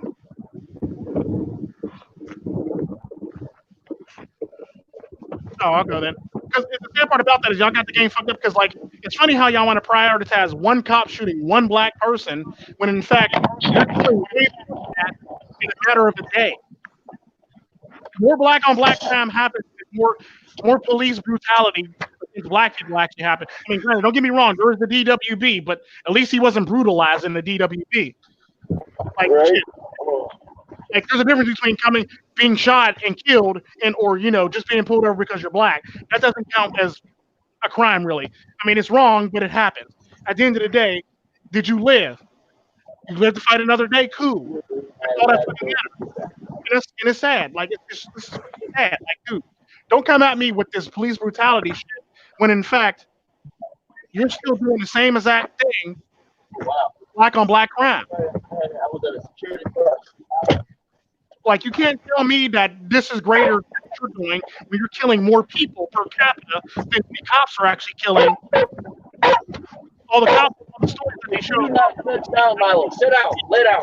Yeah, they are killing. I mean, and it's like that's the real dangerous thing is that we're essentially having to cede all of the power to people who don't really cede a bunch of power to people who are just who are purple pilled. Like that's the thing. It's like they control. They're trying to control everything about the reality. They want to know everything there is to know, and they want to experience everything there is to experience. You can't do all that in one lifetime, bro. You just can't. You can't be living like multiple lifestyles at once. It's one of them things where like you literally have to have a legacy of people carrying this shit on and actually adding to for the most part so you can make it happen. Not one person is going to be able to do a bunch of shit all in one lifetime. Facts.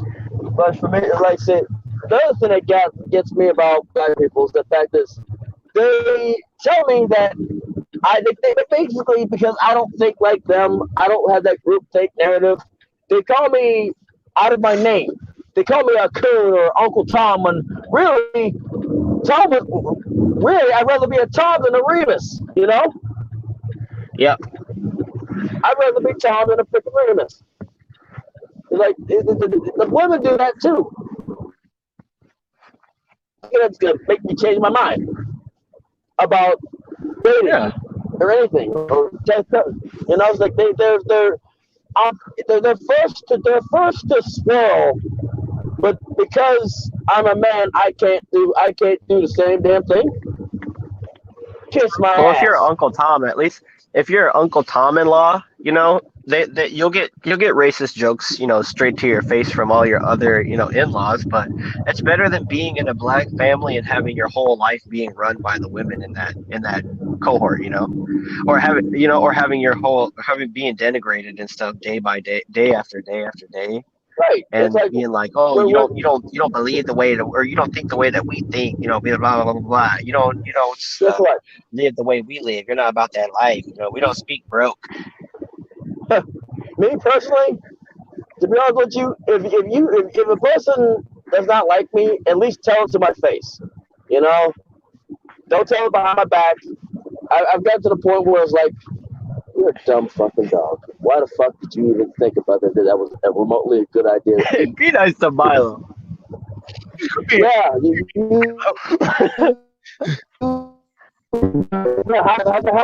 that Milo? Huh?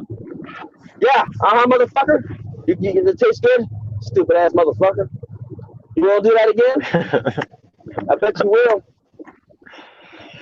Yeah, your dog's calling you Uncle Tom right now. He's like, "Shut up, you Uncle Tom." Right, Marlo off calm. I'd rather be a Tom than a Remus. I would rather be an Uncle Tom than a Remus. Okay, Uncle Tom, you talking all this shit, Uncle Tom. Well, Milo can't even talk behind your back. Milo's never behind your back. Right? Milo's always behind your back. He's in front of me. I know. He just side eyeing you. Okay, Uncle Tom, I got you. Wait till you go He's side-eyeing you. It's on. It's on. It's on and popping. Lay your ass down. It's on. You're like, night, nigga, night. You can't go night. All right, we're just cutting up now. We're just cutting up now, man. You can let that guy on. You can let that guy on now. His dog gonna go in on him when he take his next 8 to 10 hour. And he telling the wind gonna wake up with a black eye and shit. Shit. Oh shit. No, but it is true and it's sad, but like at the same time, like back to the main topic at hand because we got way off, but like with the whole entire black wave thing. But like it basically was still on topic, but we went too far right with it. But yeah, it's just like you literally got to be able to pick you literally got to be able to decide. Like when it comes to this stuff, like you can't be playing both sides of the coin. You can't be like you can't expect me to trust you when you're literally trying to do shit for yourself. You're not doing it for the betterment of other people. When you're basically trying to benefit yourself and not other people. You can't expect me to want to rap. It's just facts. Because I'm a neutral person. So just because all these other people are saying you're a great person, that don't mean I'm gonna say you're a great person. Or just because Sandman says your name in a video, that don't mean a nigga's gonna want to rap with you because Sandman said your name in a video. A nigga's gonna feel you out. And if you don't fit the mold, or you don't fit the whole entire, you don't fit the construct, a nigga's gonna judge you. Kind of like how they said in that one movie. You have been judged. I mean, you have been tried. You have been judged, and you've been left wanting. Right. That's probably why I got such a low subscriber count. You know, because there's still people that don't resonate with me. You know what I mean? Yeah. And that and the fact you just shadow banned me, I don't give a fuck. Mm-hmm. Shit happens, you know. Yeah. But I don't do this. I don't do this for the subscribers. I got like 225 or some shit. 225 subscribers, right? Give or take. Yeah. That's not a lot. I think. I don't know. I haven't checked. I don't count that channel. Right. Like the only reason I know that I only got 1,000 subscribers is because I experiment with going live on YouTube. Mm-hmm. And okay, the subscriber count thing too. We can dissect that. I mean, I don't know if you guys remember like Twitter and Instagram like back. I wouldn't say since the beginning, but like about 4 or 5 years in, there were people who were just buy subscribe or buy followers. Mm-hmm. And so I think that tactic is still used today. I mean, with people who have like, you know, hundreds of thousands of views or hundreds of thousands of followers, like that stuff can all be manufactured. None of that stuff is can be trusted, you know, 100% of the time. You got some people that got sub for the most part. I would rather have views, a high count of views, than subscribers. You know? Yeah.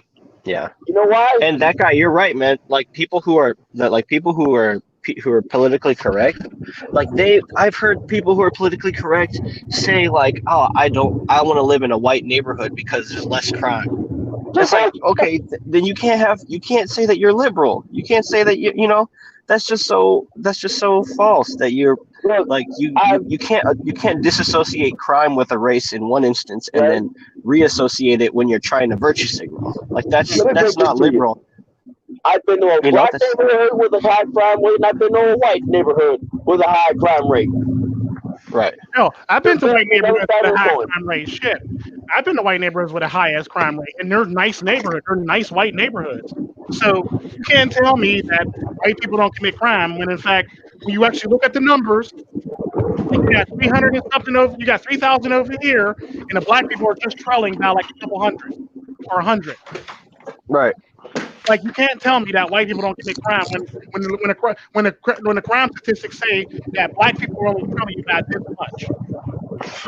You're basically committing crimes at the same rate. It's kind of like what I say about black people. If I was to pick a military for people for military, and I was just put together a military, I would pick a bunch of niggas because they kill at a more efficient rate than white people. I hate to say it, but they do. They literally do in America. They kill at a more efficient rate than white people.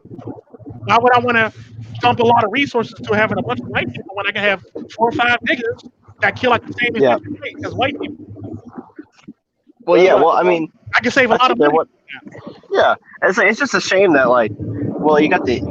I'm sure that like the UN military is going to be here any moment in the states, but they really should start recruiting at like African American people because they probably would be be pretty efficient at Yeah. whatever it is The sad UN part about wants them that to is do. the sad part about that is something I noticed about African Americans. Like they would pretty much go along with it. Like if you tell them that this is for this and this, that, and the other, and this is for the Yeah, they will, a nigga without a doubt, would pick Tico, up a gun without and a doubt. like okay, let's do this shit for the most part. And that's the thing I noticed about black people. You tell them that this is for the greater good, or this is for this cause, or this is for this, and it actually sounds good to them. You pick up a gun and actually fight with Hell, somebody. as long as you're feeding them and you're providing them with good poon poon and like some Getting Jordans, they'll money, be able getting the to. money, getting them some. I'm not gonna say that Jordan. I was about to say Jordan. Jordan to the Lambo.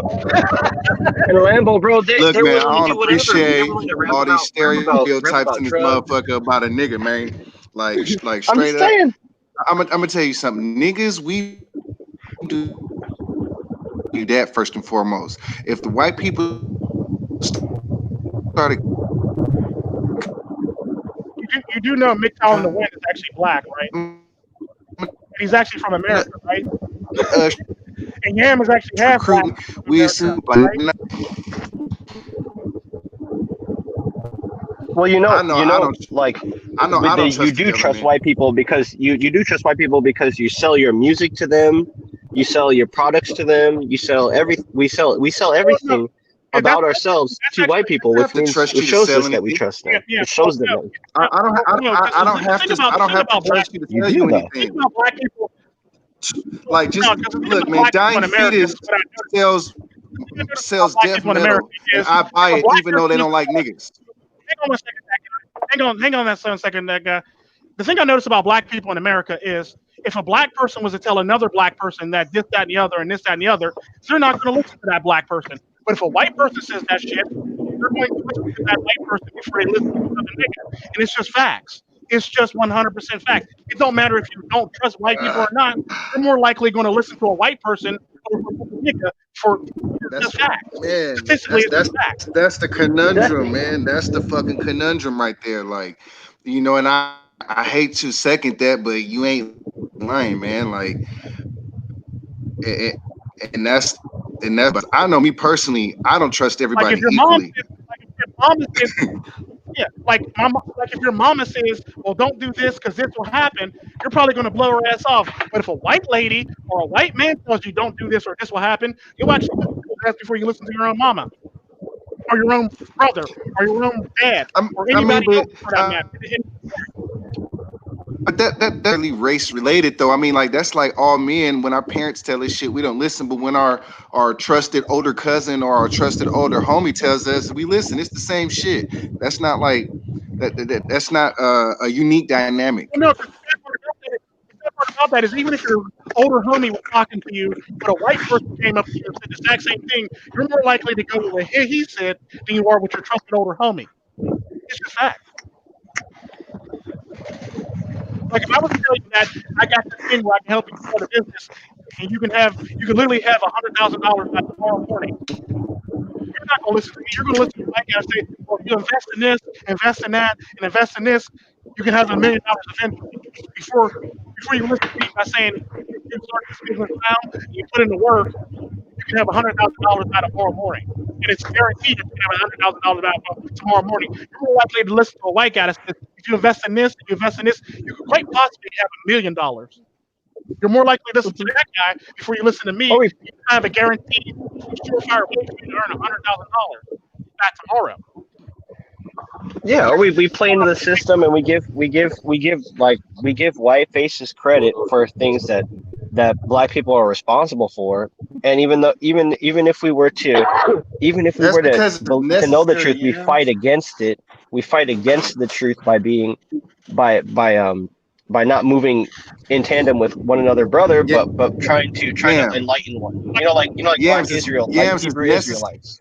It's necessary though, Yams. Like anything that black people create, we have to put a white face on it in order for it to do its thing. Because if not, if people knew that white people started country music, they wouldn't listen to it. If they knew black people started jazz, they wouldn't listen to it. If they knew white people started rock and roll, they wouldn't listen to it. Why not? No, they They would know listen. it now. No, they know it now, and they're already invested. But I'm talking about during the time when it was created. You couldn't put Chuck Berry in front of Elvis. Yeah, you could. But the fact of the matter is, that was actually a mentality of a country in which they were taught and how they were brought up. To actually believe a certain way. Like niggas can't make good music, white people can though, and that's exactly the mentality that these people grew up with. And it's just True. facts. Like At the end of the day, it all pretty much boils down to, like I said, if I tell you you can have $100,000 and I can guarantee you and I can replicate it over and over again to you that you can have $100,000 by tomorrow morning, But yeah, or you're more excuse me, likely to Tico, listen to white the people white guy. taught, but You're more white likely people to listen taught to us the white this. guy that says you can have White, $1 million, maybe, possibly, eventually. but You're more listen likely though, to listen to Yeah. that guy if you listen to white me. people taught us this though, even from like the Black Wall Street days. These rich black oil executives that had all this oil in Oklahoma, they would hire white people to go to the meetings and represent them because had they went and represented themselves, they wouldn't have got any business.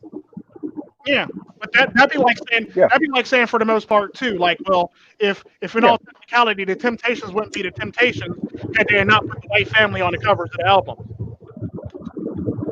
Yeah. Same with Nat King How do you Cole. know that? Same How with do you know that if you're not same going with to Nat try King it? Cole. Same with Yeah, freaking how do you know that if Sam you're not Cooke. going to try it or take the chance to actually try it? Because it's like one of those things. Like you can talk about all this all day.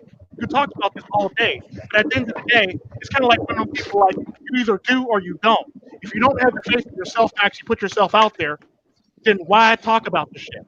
Or why even do this? It's blaming the teachers for something that the preachers are doing wrong. Yeah, And or blaming your mom for the shit that your dad is doing for the most part. It is what it is. You can't sit up here and say, well, you can't say without a shadow of a doubt that if we would have put the black faces on it, because white people basically told you like, well, no, because nobody will buy it. How do you know nobody will buy it?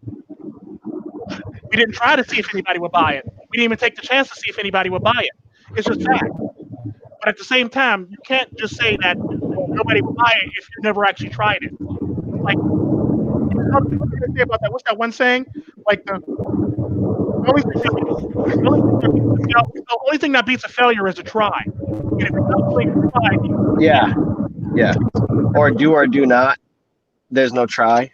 yeah, Well, that's what. Okay, that's the place where black people find themselves now. Is like we are in a stage where it's like there's so much opportunity, but we would rather live in the blue pill world and operate with a red pill knowledge. Like we would rather do that than just pick a side and just become or like IBMOR, become or SYSBM, like or just unified basically. Because the sad part about that, the black community I've noticed in a whole are more likely to pick on IBMOR and SYSBM before they actually pick on MiGTOW. they pick on IBMOR so much, man. They roll hard on IBMOR, especially like especially like SYSBM, because some niggas with passports and travel and will take their talents elsewhere.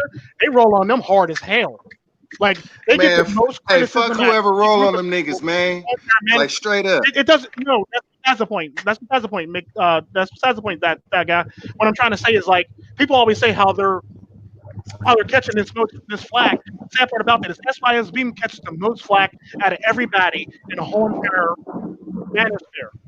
They're catching it from white people. They're catching it from black people. They're catching it from black women. They're catching it from Igor That's sometimes because they too. found a Hell, way. they've also caught it from the They MiGTOW found a community way. in the same token. Yeah. They They found basically a catch it way. from the MiGTOW community in the same token. Because like SYSBM is actually like the black sheep of the community for the most part. It is just facts. Yeah. Like Black Pill Yeah. might think they're the black sheep, but MiGTOW pretty much tolerates their ass. Whereas SYSBM, they say some shit, we're willing to like try to argue them down from the ledge and shit like that. But the sad part about that is everybody in SYSBM all have successful businesses and relationships, whereas everybody else over here is like, well, I look ugly and I'm never going to get a girl because I'm ugly and only dating trans guys, or I was ran through the ringer and this, that, and Man, the other. These but see, motherfuckers over here are actually being successful in all ways, all walks of life. And we're over here acting like we can't do that shit, we pretend like we pick the right woman, but when in fact we don't pick the right women. Let's just keep it 100. We don't pick the right women. man, We're too busy but pretending see, to Yeah, you gotta understand where black they men are coming not from, a though, good. man. And Black men are just are not a. They're not a good. They're not a good many of these dudes, I example of went to how to pick school with them. a They were good my woman. friends, and they were always picked on. They were always ridiculed. They were always criticized, and they weren't treated very well. Yeah, Like man. I I could don't speak speak for two. broke.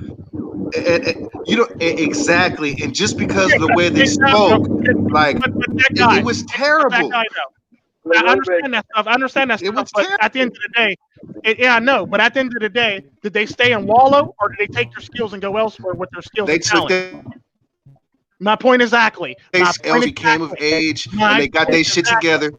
And this is the thing, like My they had point to endure exactly. that, so you can't criticize them for not dating sisters because sisters didn't want them. I was there. I seen how the ones Right. that were going to be upwardly How we mobile, were the ones treated. that are upwardly mobile today, I seen how they were treated for how they Yep. talked. They was lame. Hell, They were hell. all The sad types of part about shit. that, they still get Let, You picked a on to this nerd. day because you hear somebody say in the community, "Well, why don't you come back to the community? Why don't you get back to the community? Why you Why? been should hiding I in the get community? shot? Are you too good for the Why community?" should I? You hear that shit all the Should damn I time. get You shot? go where you are Why should Should I I? chosen, get man. And if shot? you Fuck that. and if Mexicans and Asians is choosing you, you go with who's choosing you. If any whoever is choosing you, I don't care who it is. And you Like know, all we need to stop with all this racist shit. Like you go where whoever Listen, choose you. can I say something? you Hey, go where may you I go say where something? basically like I was saying in the beginning, like you basically go where you're Hold on, valued wait. at or where your skills are wanted at. Don't stick around and be sitting here bitching when you're not willing to take your skills elsewhere. That'd be like if you Right? play for a bum ass team and they don't want to pay you because you're a bum ass team. You can't bitch and say that, well, my skills aren't being valued. No, take your skills elsewhere where they're going to be valued, where people are going to want to listen to you and actually receive you and give you a warm reception for the most part. And that's why we need to. I mean, like, because like when people dump on Vacate SYSB, him. we really Yeah. need to hold their hands and help them and repel the attack. Because at the end of the day, a lot of these brothers was the first ones to go red pill. A lot of Yeah. times, these was the dudes that got Well, their yeah, heart they're broken, lost everything, Yeah. and These got motherfuckers, their. like y'all complain about being in a relationship and getting your heart broken. MiGTOW and the win, you're gonna have to fix your mic situation so I can let you in. But like a lot of these y'all complain about getting done wrong in relationships. These motherfuckers never even stood a chance. no, we Never never stood a did, man. chance. These niggas, Well, these that's the thing. niggas, That's the thing. They don't need all you somebody complain to about fight the for marriage, them because they all already. these They don't need motherfuckers. somebody to fight for them, Tico. Though they don't need anybody to fight for them, but because they are Yeah. already left. They already left the battle. They just need. It's good for people who are red pill just to Yeah, what show about that? Like, them. no, you misconstrued that. They technically didn't leave the battle. What they did was basically take their skills where it was necessary for them to actually go Yeah, on and actually They do better with their outsourced skills. But yeah. like, I'm gonna try to wrap this shit. up. I'm gonna let, yeah. Like me, I don't believe in having Um, bitches, but at the same time, if you outsource the production of your bitch and you're getting a better result, like how can we fault you? You're getting a better profit, you're getting a better deal if that's what you're doing. You know, I wouldn't recommend it, but if that's what you're doing and you know what you're getting yourself into, more power to you. take your skills elsewhere where you're going to be valued and wanted. It's just that simple. hmm But I'm gonna let MiGTOW and the Win actually talk so I can wrap this up for the most part. MiGTOW on the win. Go ahead, Win. Win. Win. Oh, you want to say the light Good. pro? Let's try that one more time. Oh man, wish I could, man, because I Dude, I am proud of all of us, that guy included. We actually went 2 hours and 40 minutes without talking about coronavirus. True story. It's very seldom seen. Because I could have brought up, I had 8 or 9 articles just about the COVID. I was gonna bring up the sports topic too, because I think somebody who was at the Jazz Nets game, like a cameraman, actually tested positive for the virus, and he's in a coma right now, which is pretty crazy, man. So yeah, like we're gonna wait. I was gonna wait for MiGTOW to win to come back in, but like if he comes back in, we're just gonna do outros for the most part at this point.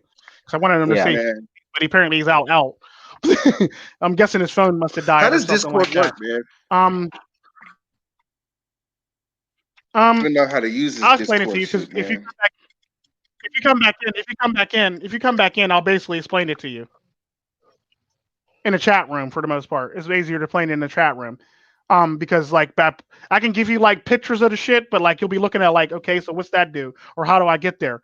Like I would first have to tell you to actually start in the chat room for the most part. So click on the chat room and basically try to man. connect to the chat room for the most part. What's up, Duzangs, lonely underscore? What's up, Duzang? But yeah, that'd be the best way I can actually show you how it Hello? works for the most part. You're here, I can hear you. But yeah, we're gonna do outros because this has been dragging on a little longer than I expected it to. All right, I'll go first. This was a good stream. Hope you guys go back and listen to everything if you missed anything. Be sure to stay inside if you're in one of those areas. Keep your family safe, and just be aware. Just keep your don't let the lockdown or anything in your area just affect your mental awareness. I know a lot of people are getting cabin fever, but just keep watching content. Maybe that'll probably help just to keep your mind sharp, keep your body sharp, and be good, everyone. Please. Go that guy.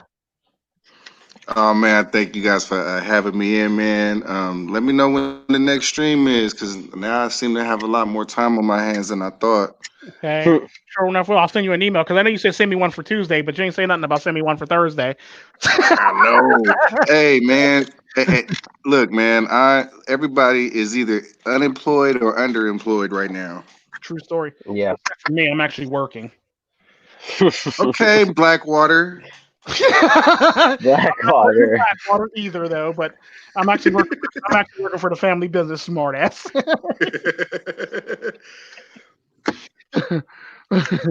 Yeah, let me know when your next stream is, man. I'm gonna come fuck with you for a little while, man. It'll be And tomorrow, definitely, because it's usually it's going to be the me and the Zang show for the most part. So you're invited, most definitely. I will send Here, you. I'll do Wynn's outro since he wasn't here. I'll do Wynn's outro since he wasn't here. Okay.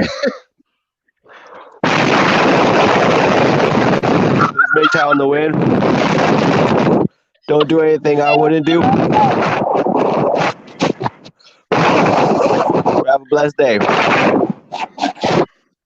MiGTOW in the wind signing off. I hope now you fellas realize, after being quarantined with a bitch for 3 weeks, how selfish a bitch is. Never forget that selfishness and let it drive you for the rest of your life and all of your accomplishments.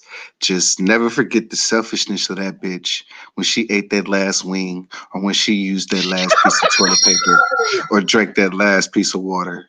You remember that she would never give you the last of any fucking thing. And when you start seeing that shit, make your decisions wisely, my brothers.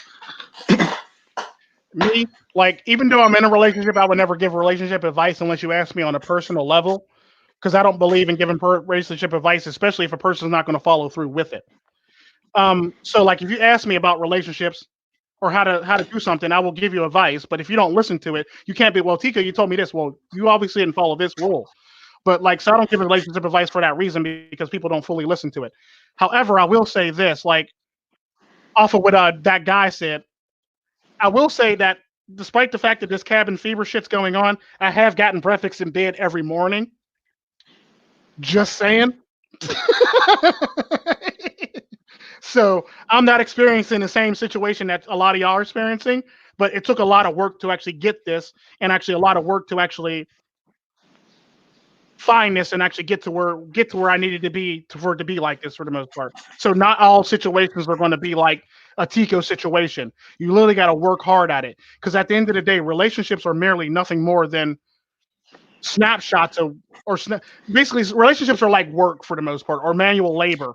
You got to be willing to put in the work. Both parties got to be willing to put in the work. Man, Make it work. my little brothers are going through it, man. I They're know they are, going and through it right now. the sad part about that, Woo. yeah, but the sad part about relationships, if you would have laid the groundwork at the beginning of the relationship, you wouldn't be going through it as hard as you are in the back end of the relationship. Man, some people got to swallow that pill, man. Yeah. That's the pill you got to swallow. You have to leave that bitch. Sometimes people can't do it, and they'll basically have to go through hardships to basically learn. It's kind of like how they say, where like, a smart man learns from his trial and errors, and a wise man learns from other people's mistakes. Man. So man, look, people have to be smart men and basically learn from their own errors and falls for the most part. But there's a lot of wise men that look at people and go, don't do that, don't do that, don't do this, don't do this, or maybe I should try more of this. And it's just shit like that where you pick and choose. I'm not saying go out and get into a relationship, but I'm saying either if you're in a relationship and the shit's not working for you, get the fuck out that relationship. You have to. If you're not happy, if you're not happy and you're suffering hardly and very hard, and you're suffering emotionally, mentally, physically, and all the above, get the hell out of that relationship. I don't condone being in toxic relationships in the least bit. I'm totally against that shit. So if your relationship's fucked up in the beginning, it's probably going to be fucked up in the end, if not even more fucked up than it was in the beginning. So don't be thinking that, oh, maybe if I do this, this will be better. Maybe if we have a child, this will be better. Or maybe if I marry her, it'll be better. No. You're just putting Band-Aids on shit. You're putting Band-Aids on big-ass food that should be just closed off and dealt with for the most part. And the sad part about relationships should end unless you started it the right way and she's cooperative. If you went into a relationship thinking her ass was fat and thinking with your dick, you're a dumbass. You're a fucking dumbass. You don't need to be in that relationship in the least bit. If you seen her on the dance floor and she was shaking that ass, and all you could think is what that pussy feel like, what that pussy might feel like, you don't need to be in a relationship. You don't need to be in a relationship at all. That's not a relationship that you need to be in. Man. It's just facts. So, like Valhalla said, you need a good foundation. You need a good foundation, and if you don't got one, if you are a punk in your relationship, you have to leave her, because you will never not be a punk. Yeah, because like that's the only way for you to not be a punk, if you're going to stick around with that woman. But if you ain't no sticking around. Once she views you as a punk, there is no relationship. There's no relationship. You're pretty much done. It's a done deal. That relationship is dead. And the sad part about that, by you leaving, that let her know that you're very serious. And don't be doing that punk ass, I'm going to leave you if you don't do this. No, actually walk the fuck out the door. And don't come back. Walk the fuck out the door. That way she knows your ass is serious and this ain't no joke and shit just got real. Because there's a lot of motherfuckers that'll go, well, I'm going to leave you. They'll step outside and they'll come back in. Are you okay, baby? Are you okay, baby? No, don't do that shit. Fuck her. Leave. Look, once you leave a bitch, you can't go back, because she's going to want you again. She's going to want you again just so she can do it back, and you can't give her the opportunity. You can't do her the opportunity. You can't give her the Once you leave, you have to be done, and you have to be able to resist the temptation. Yeah, because when you walk out that door, trust me, she's going to be on her knees like, I'm sorry, this shouldn't have happened. All that. She's going to be doing all this bullshit. Let's work it out. Let's go to counseling. Let's go. We can do this, or I messed up, or she'll say, no. The part about that, a lot of women won't even admit they messed up. They'll say that, well, obviously there's something wrong with our relationship and it was dry. Well, why didn't you say that in the beginning, heifer? Because we probably could have fixed this and we probably wouldn't have got to the situation. But they don't want to do that. And a lot of women will actually want you to break up with them because they're trying to look for another relationship and they don't want to be the person you're breaking up. And it's just facts. A lot of women don't want to be the breakup person because they want that victim status for the most part by you breaking up with them. Like my last boyfriend left me. That's basically what they want. So the next person can feel bad for them and they can actually cuddle them. Meanwhile, they won't tell what the fuck they did in that relationship. They'll be like, my boyfriend left me. So I really do. That's why I got to punish you. You got to get yeah, punished. like if I leave, I'm leaving. Like I said, I got You suitcases in my damn closet get just so I punished. can give you.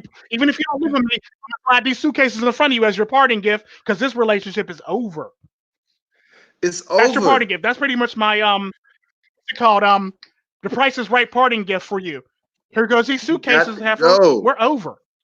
You got to Yeah, go, and don't like come but this like why are you giving me suitcases? Because because it's you your look. It parting happens. gift. I'm not saying that you can't be mad at her for doing what she did because you have to understand that it was your fault because you let the bitch get out of line and learn your lesson Yeah, and fight that much harder to maintain that space.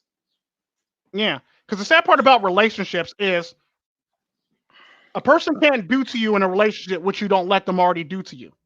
Exactly. So if you let this behavior go on, they're going to continue to do this bad shit or this behavior for the most part. They're going to continue with this behavior. But if you nip the behavior in the butt, that lets them know that this shit is They gonna real and this motherfucker ain't playing when it comes to this shit. It's kind of like they gonna say what a you one talk a creator good content game, creator but you ain't said. really like that. You can't be talking this Explain shit about if that you a life for the cream most puff part. Yeah, and laying with a women bitch. notice when a man is not about. Yeah, yeah. You You can't can't be no because women cream puff. basically know. Yeah, I know, but women basically know that you're not about that life already, for the most part. When you start talking out your mouth, women already know you're not about that life and you're not finna to do shit. You're not finna to bust a grape in a fruit fight, for the most part, is how she look at you. Because at the end of the day, what people don't realize is if you don't nip shit in the butt in the beginning, there's going to be problems in the back end. It's kind of like, well, when a woman hypothetically asks if she's out and about with her friends and she accidentally cheats. That argument, it should be, we're breaking up. Not, oh, well, no matter what the situation is, even if she keeps on bringing up all these other situations, or what if this happens, or what if this happens, the answer should always be, we're breaking up. We're breaking up. Oh, yeah, I get you. We're breaking up. Oh, or if this happens, oh, okay, yeah, I got an answer for that. We're breaking up. And it should stay that same. That way she knows she don't got no leeway to fuck up.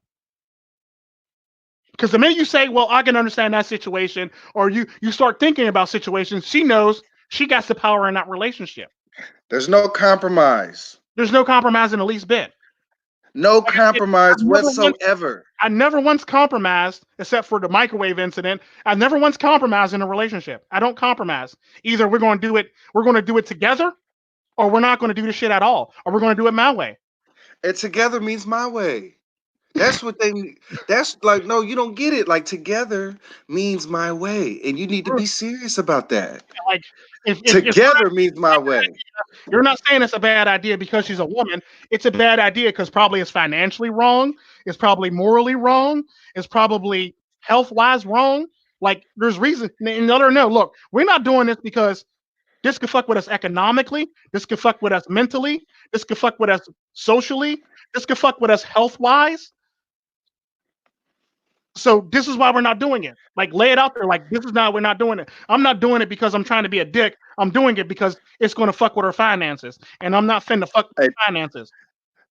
hey Tico, you know what I tell a bitch, man? And I hope this work for you guys if you religious. What I tell a bitch is, look, fucking with an unsubmissive bitch is detrimental to my spirituality. True. If you're spiritual, true.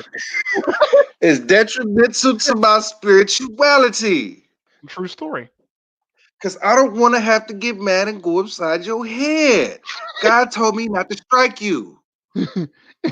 And on that bomb, we're going to end we start getting strikes and shit. God told me not to strike you. So please look, an unsubmissive bitch is detrimental to my spirituality because then I'm going to have to disobey God because he told me not to strike you.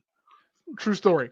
But at the end of the day, this stream is pretty much over. Everybody have a blessed day and have a good day, and like try your best to pretty much fill your time if you're quarantining and having fever, fill your time with comedy and other things that you like, a hobby or two, dancing if you're allowed to do it, getting your hair cut, talking to your friends, whatever the hell.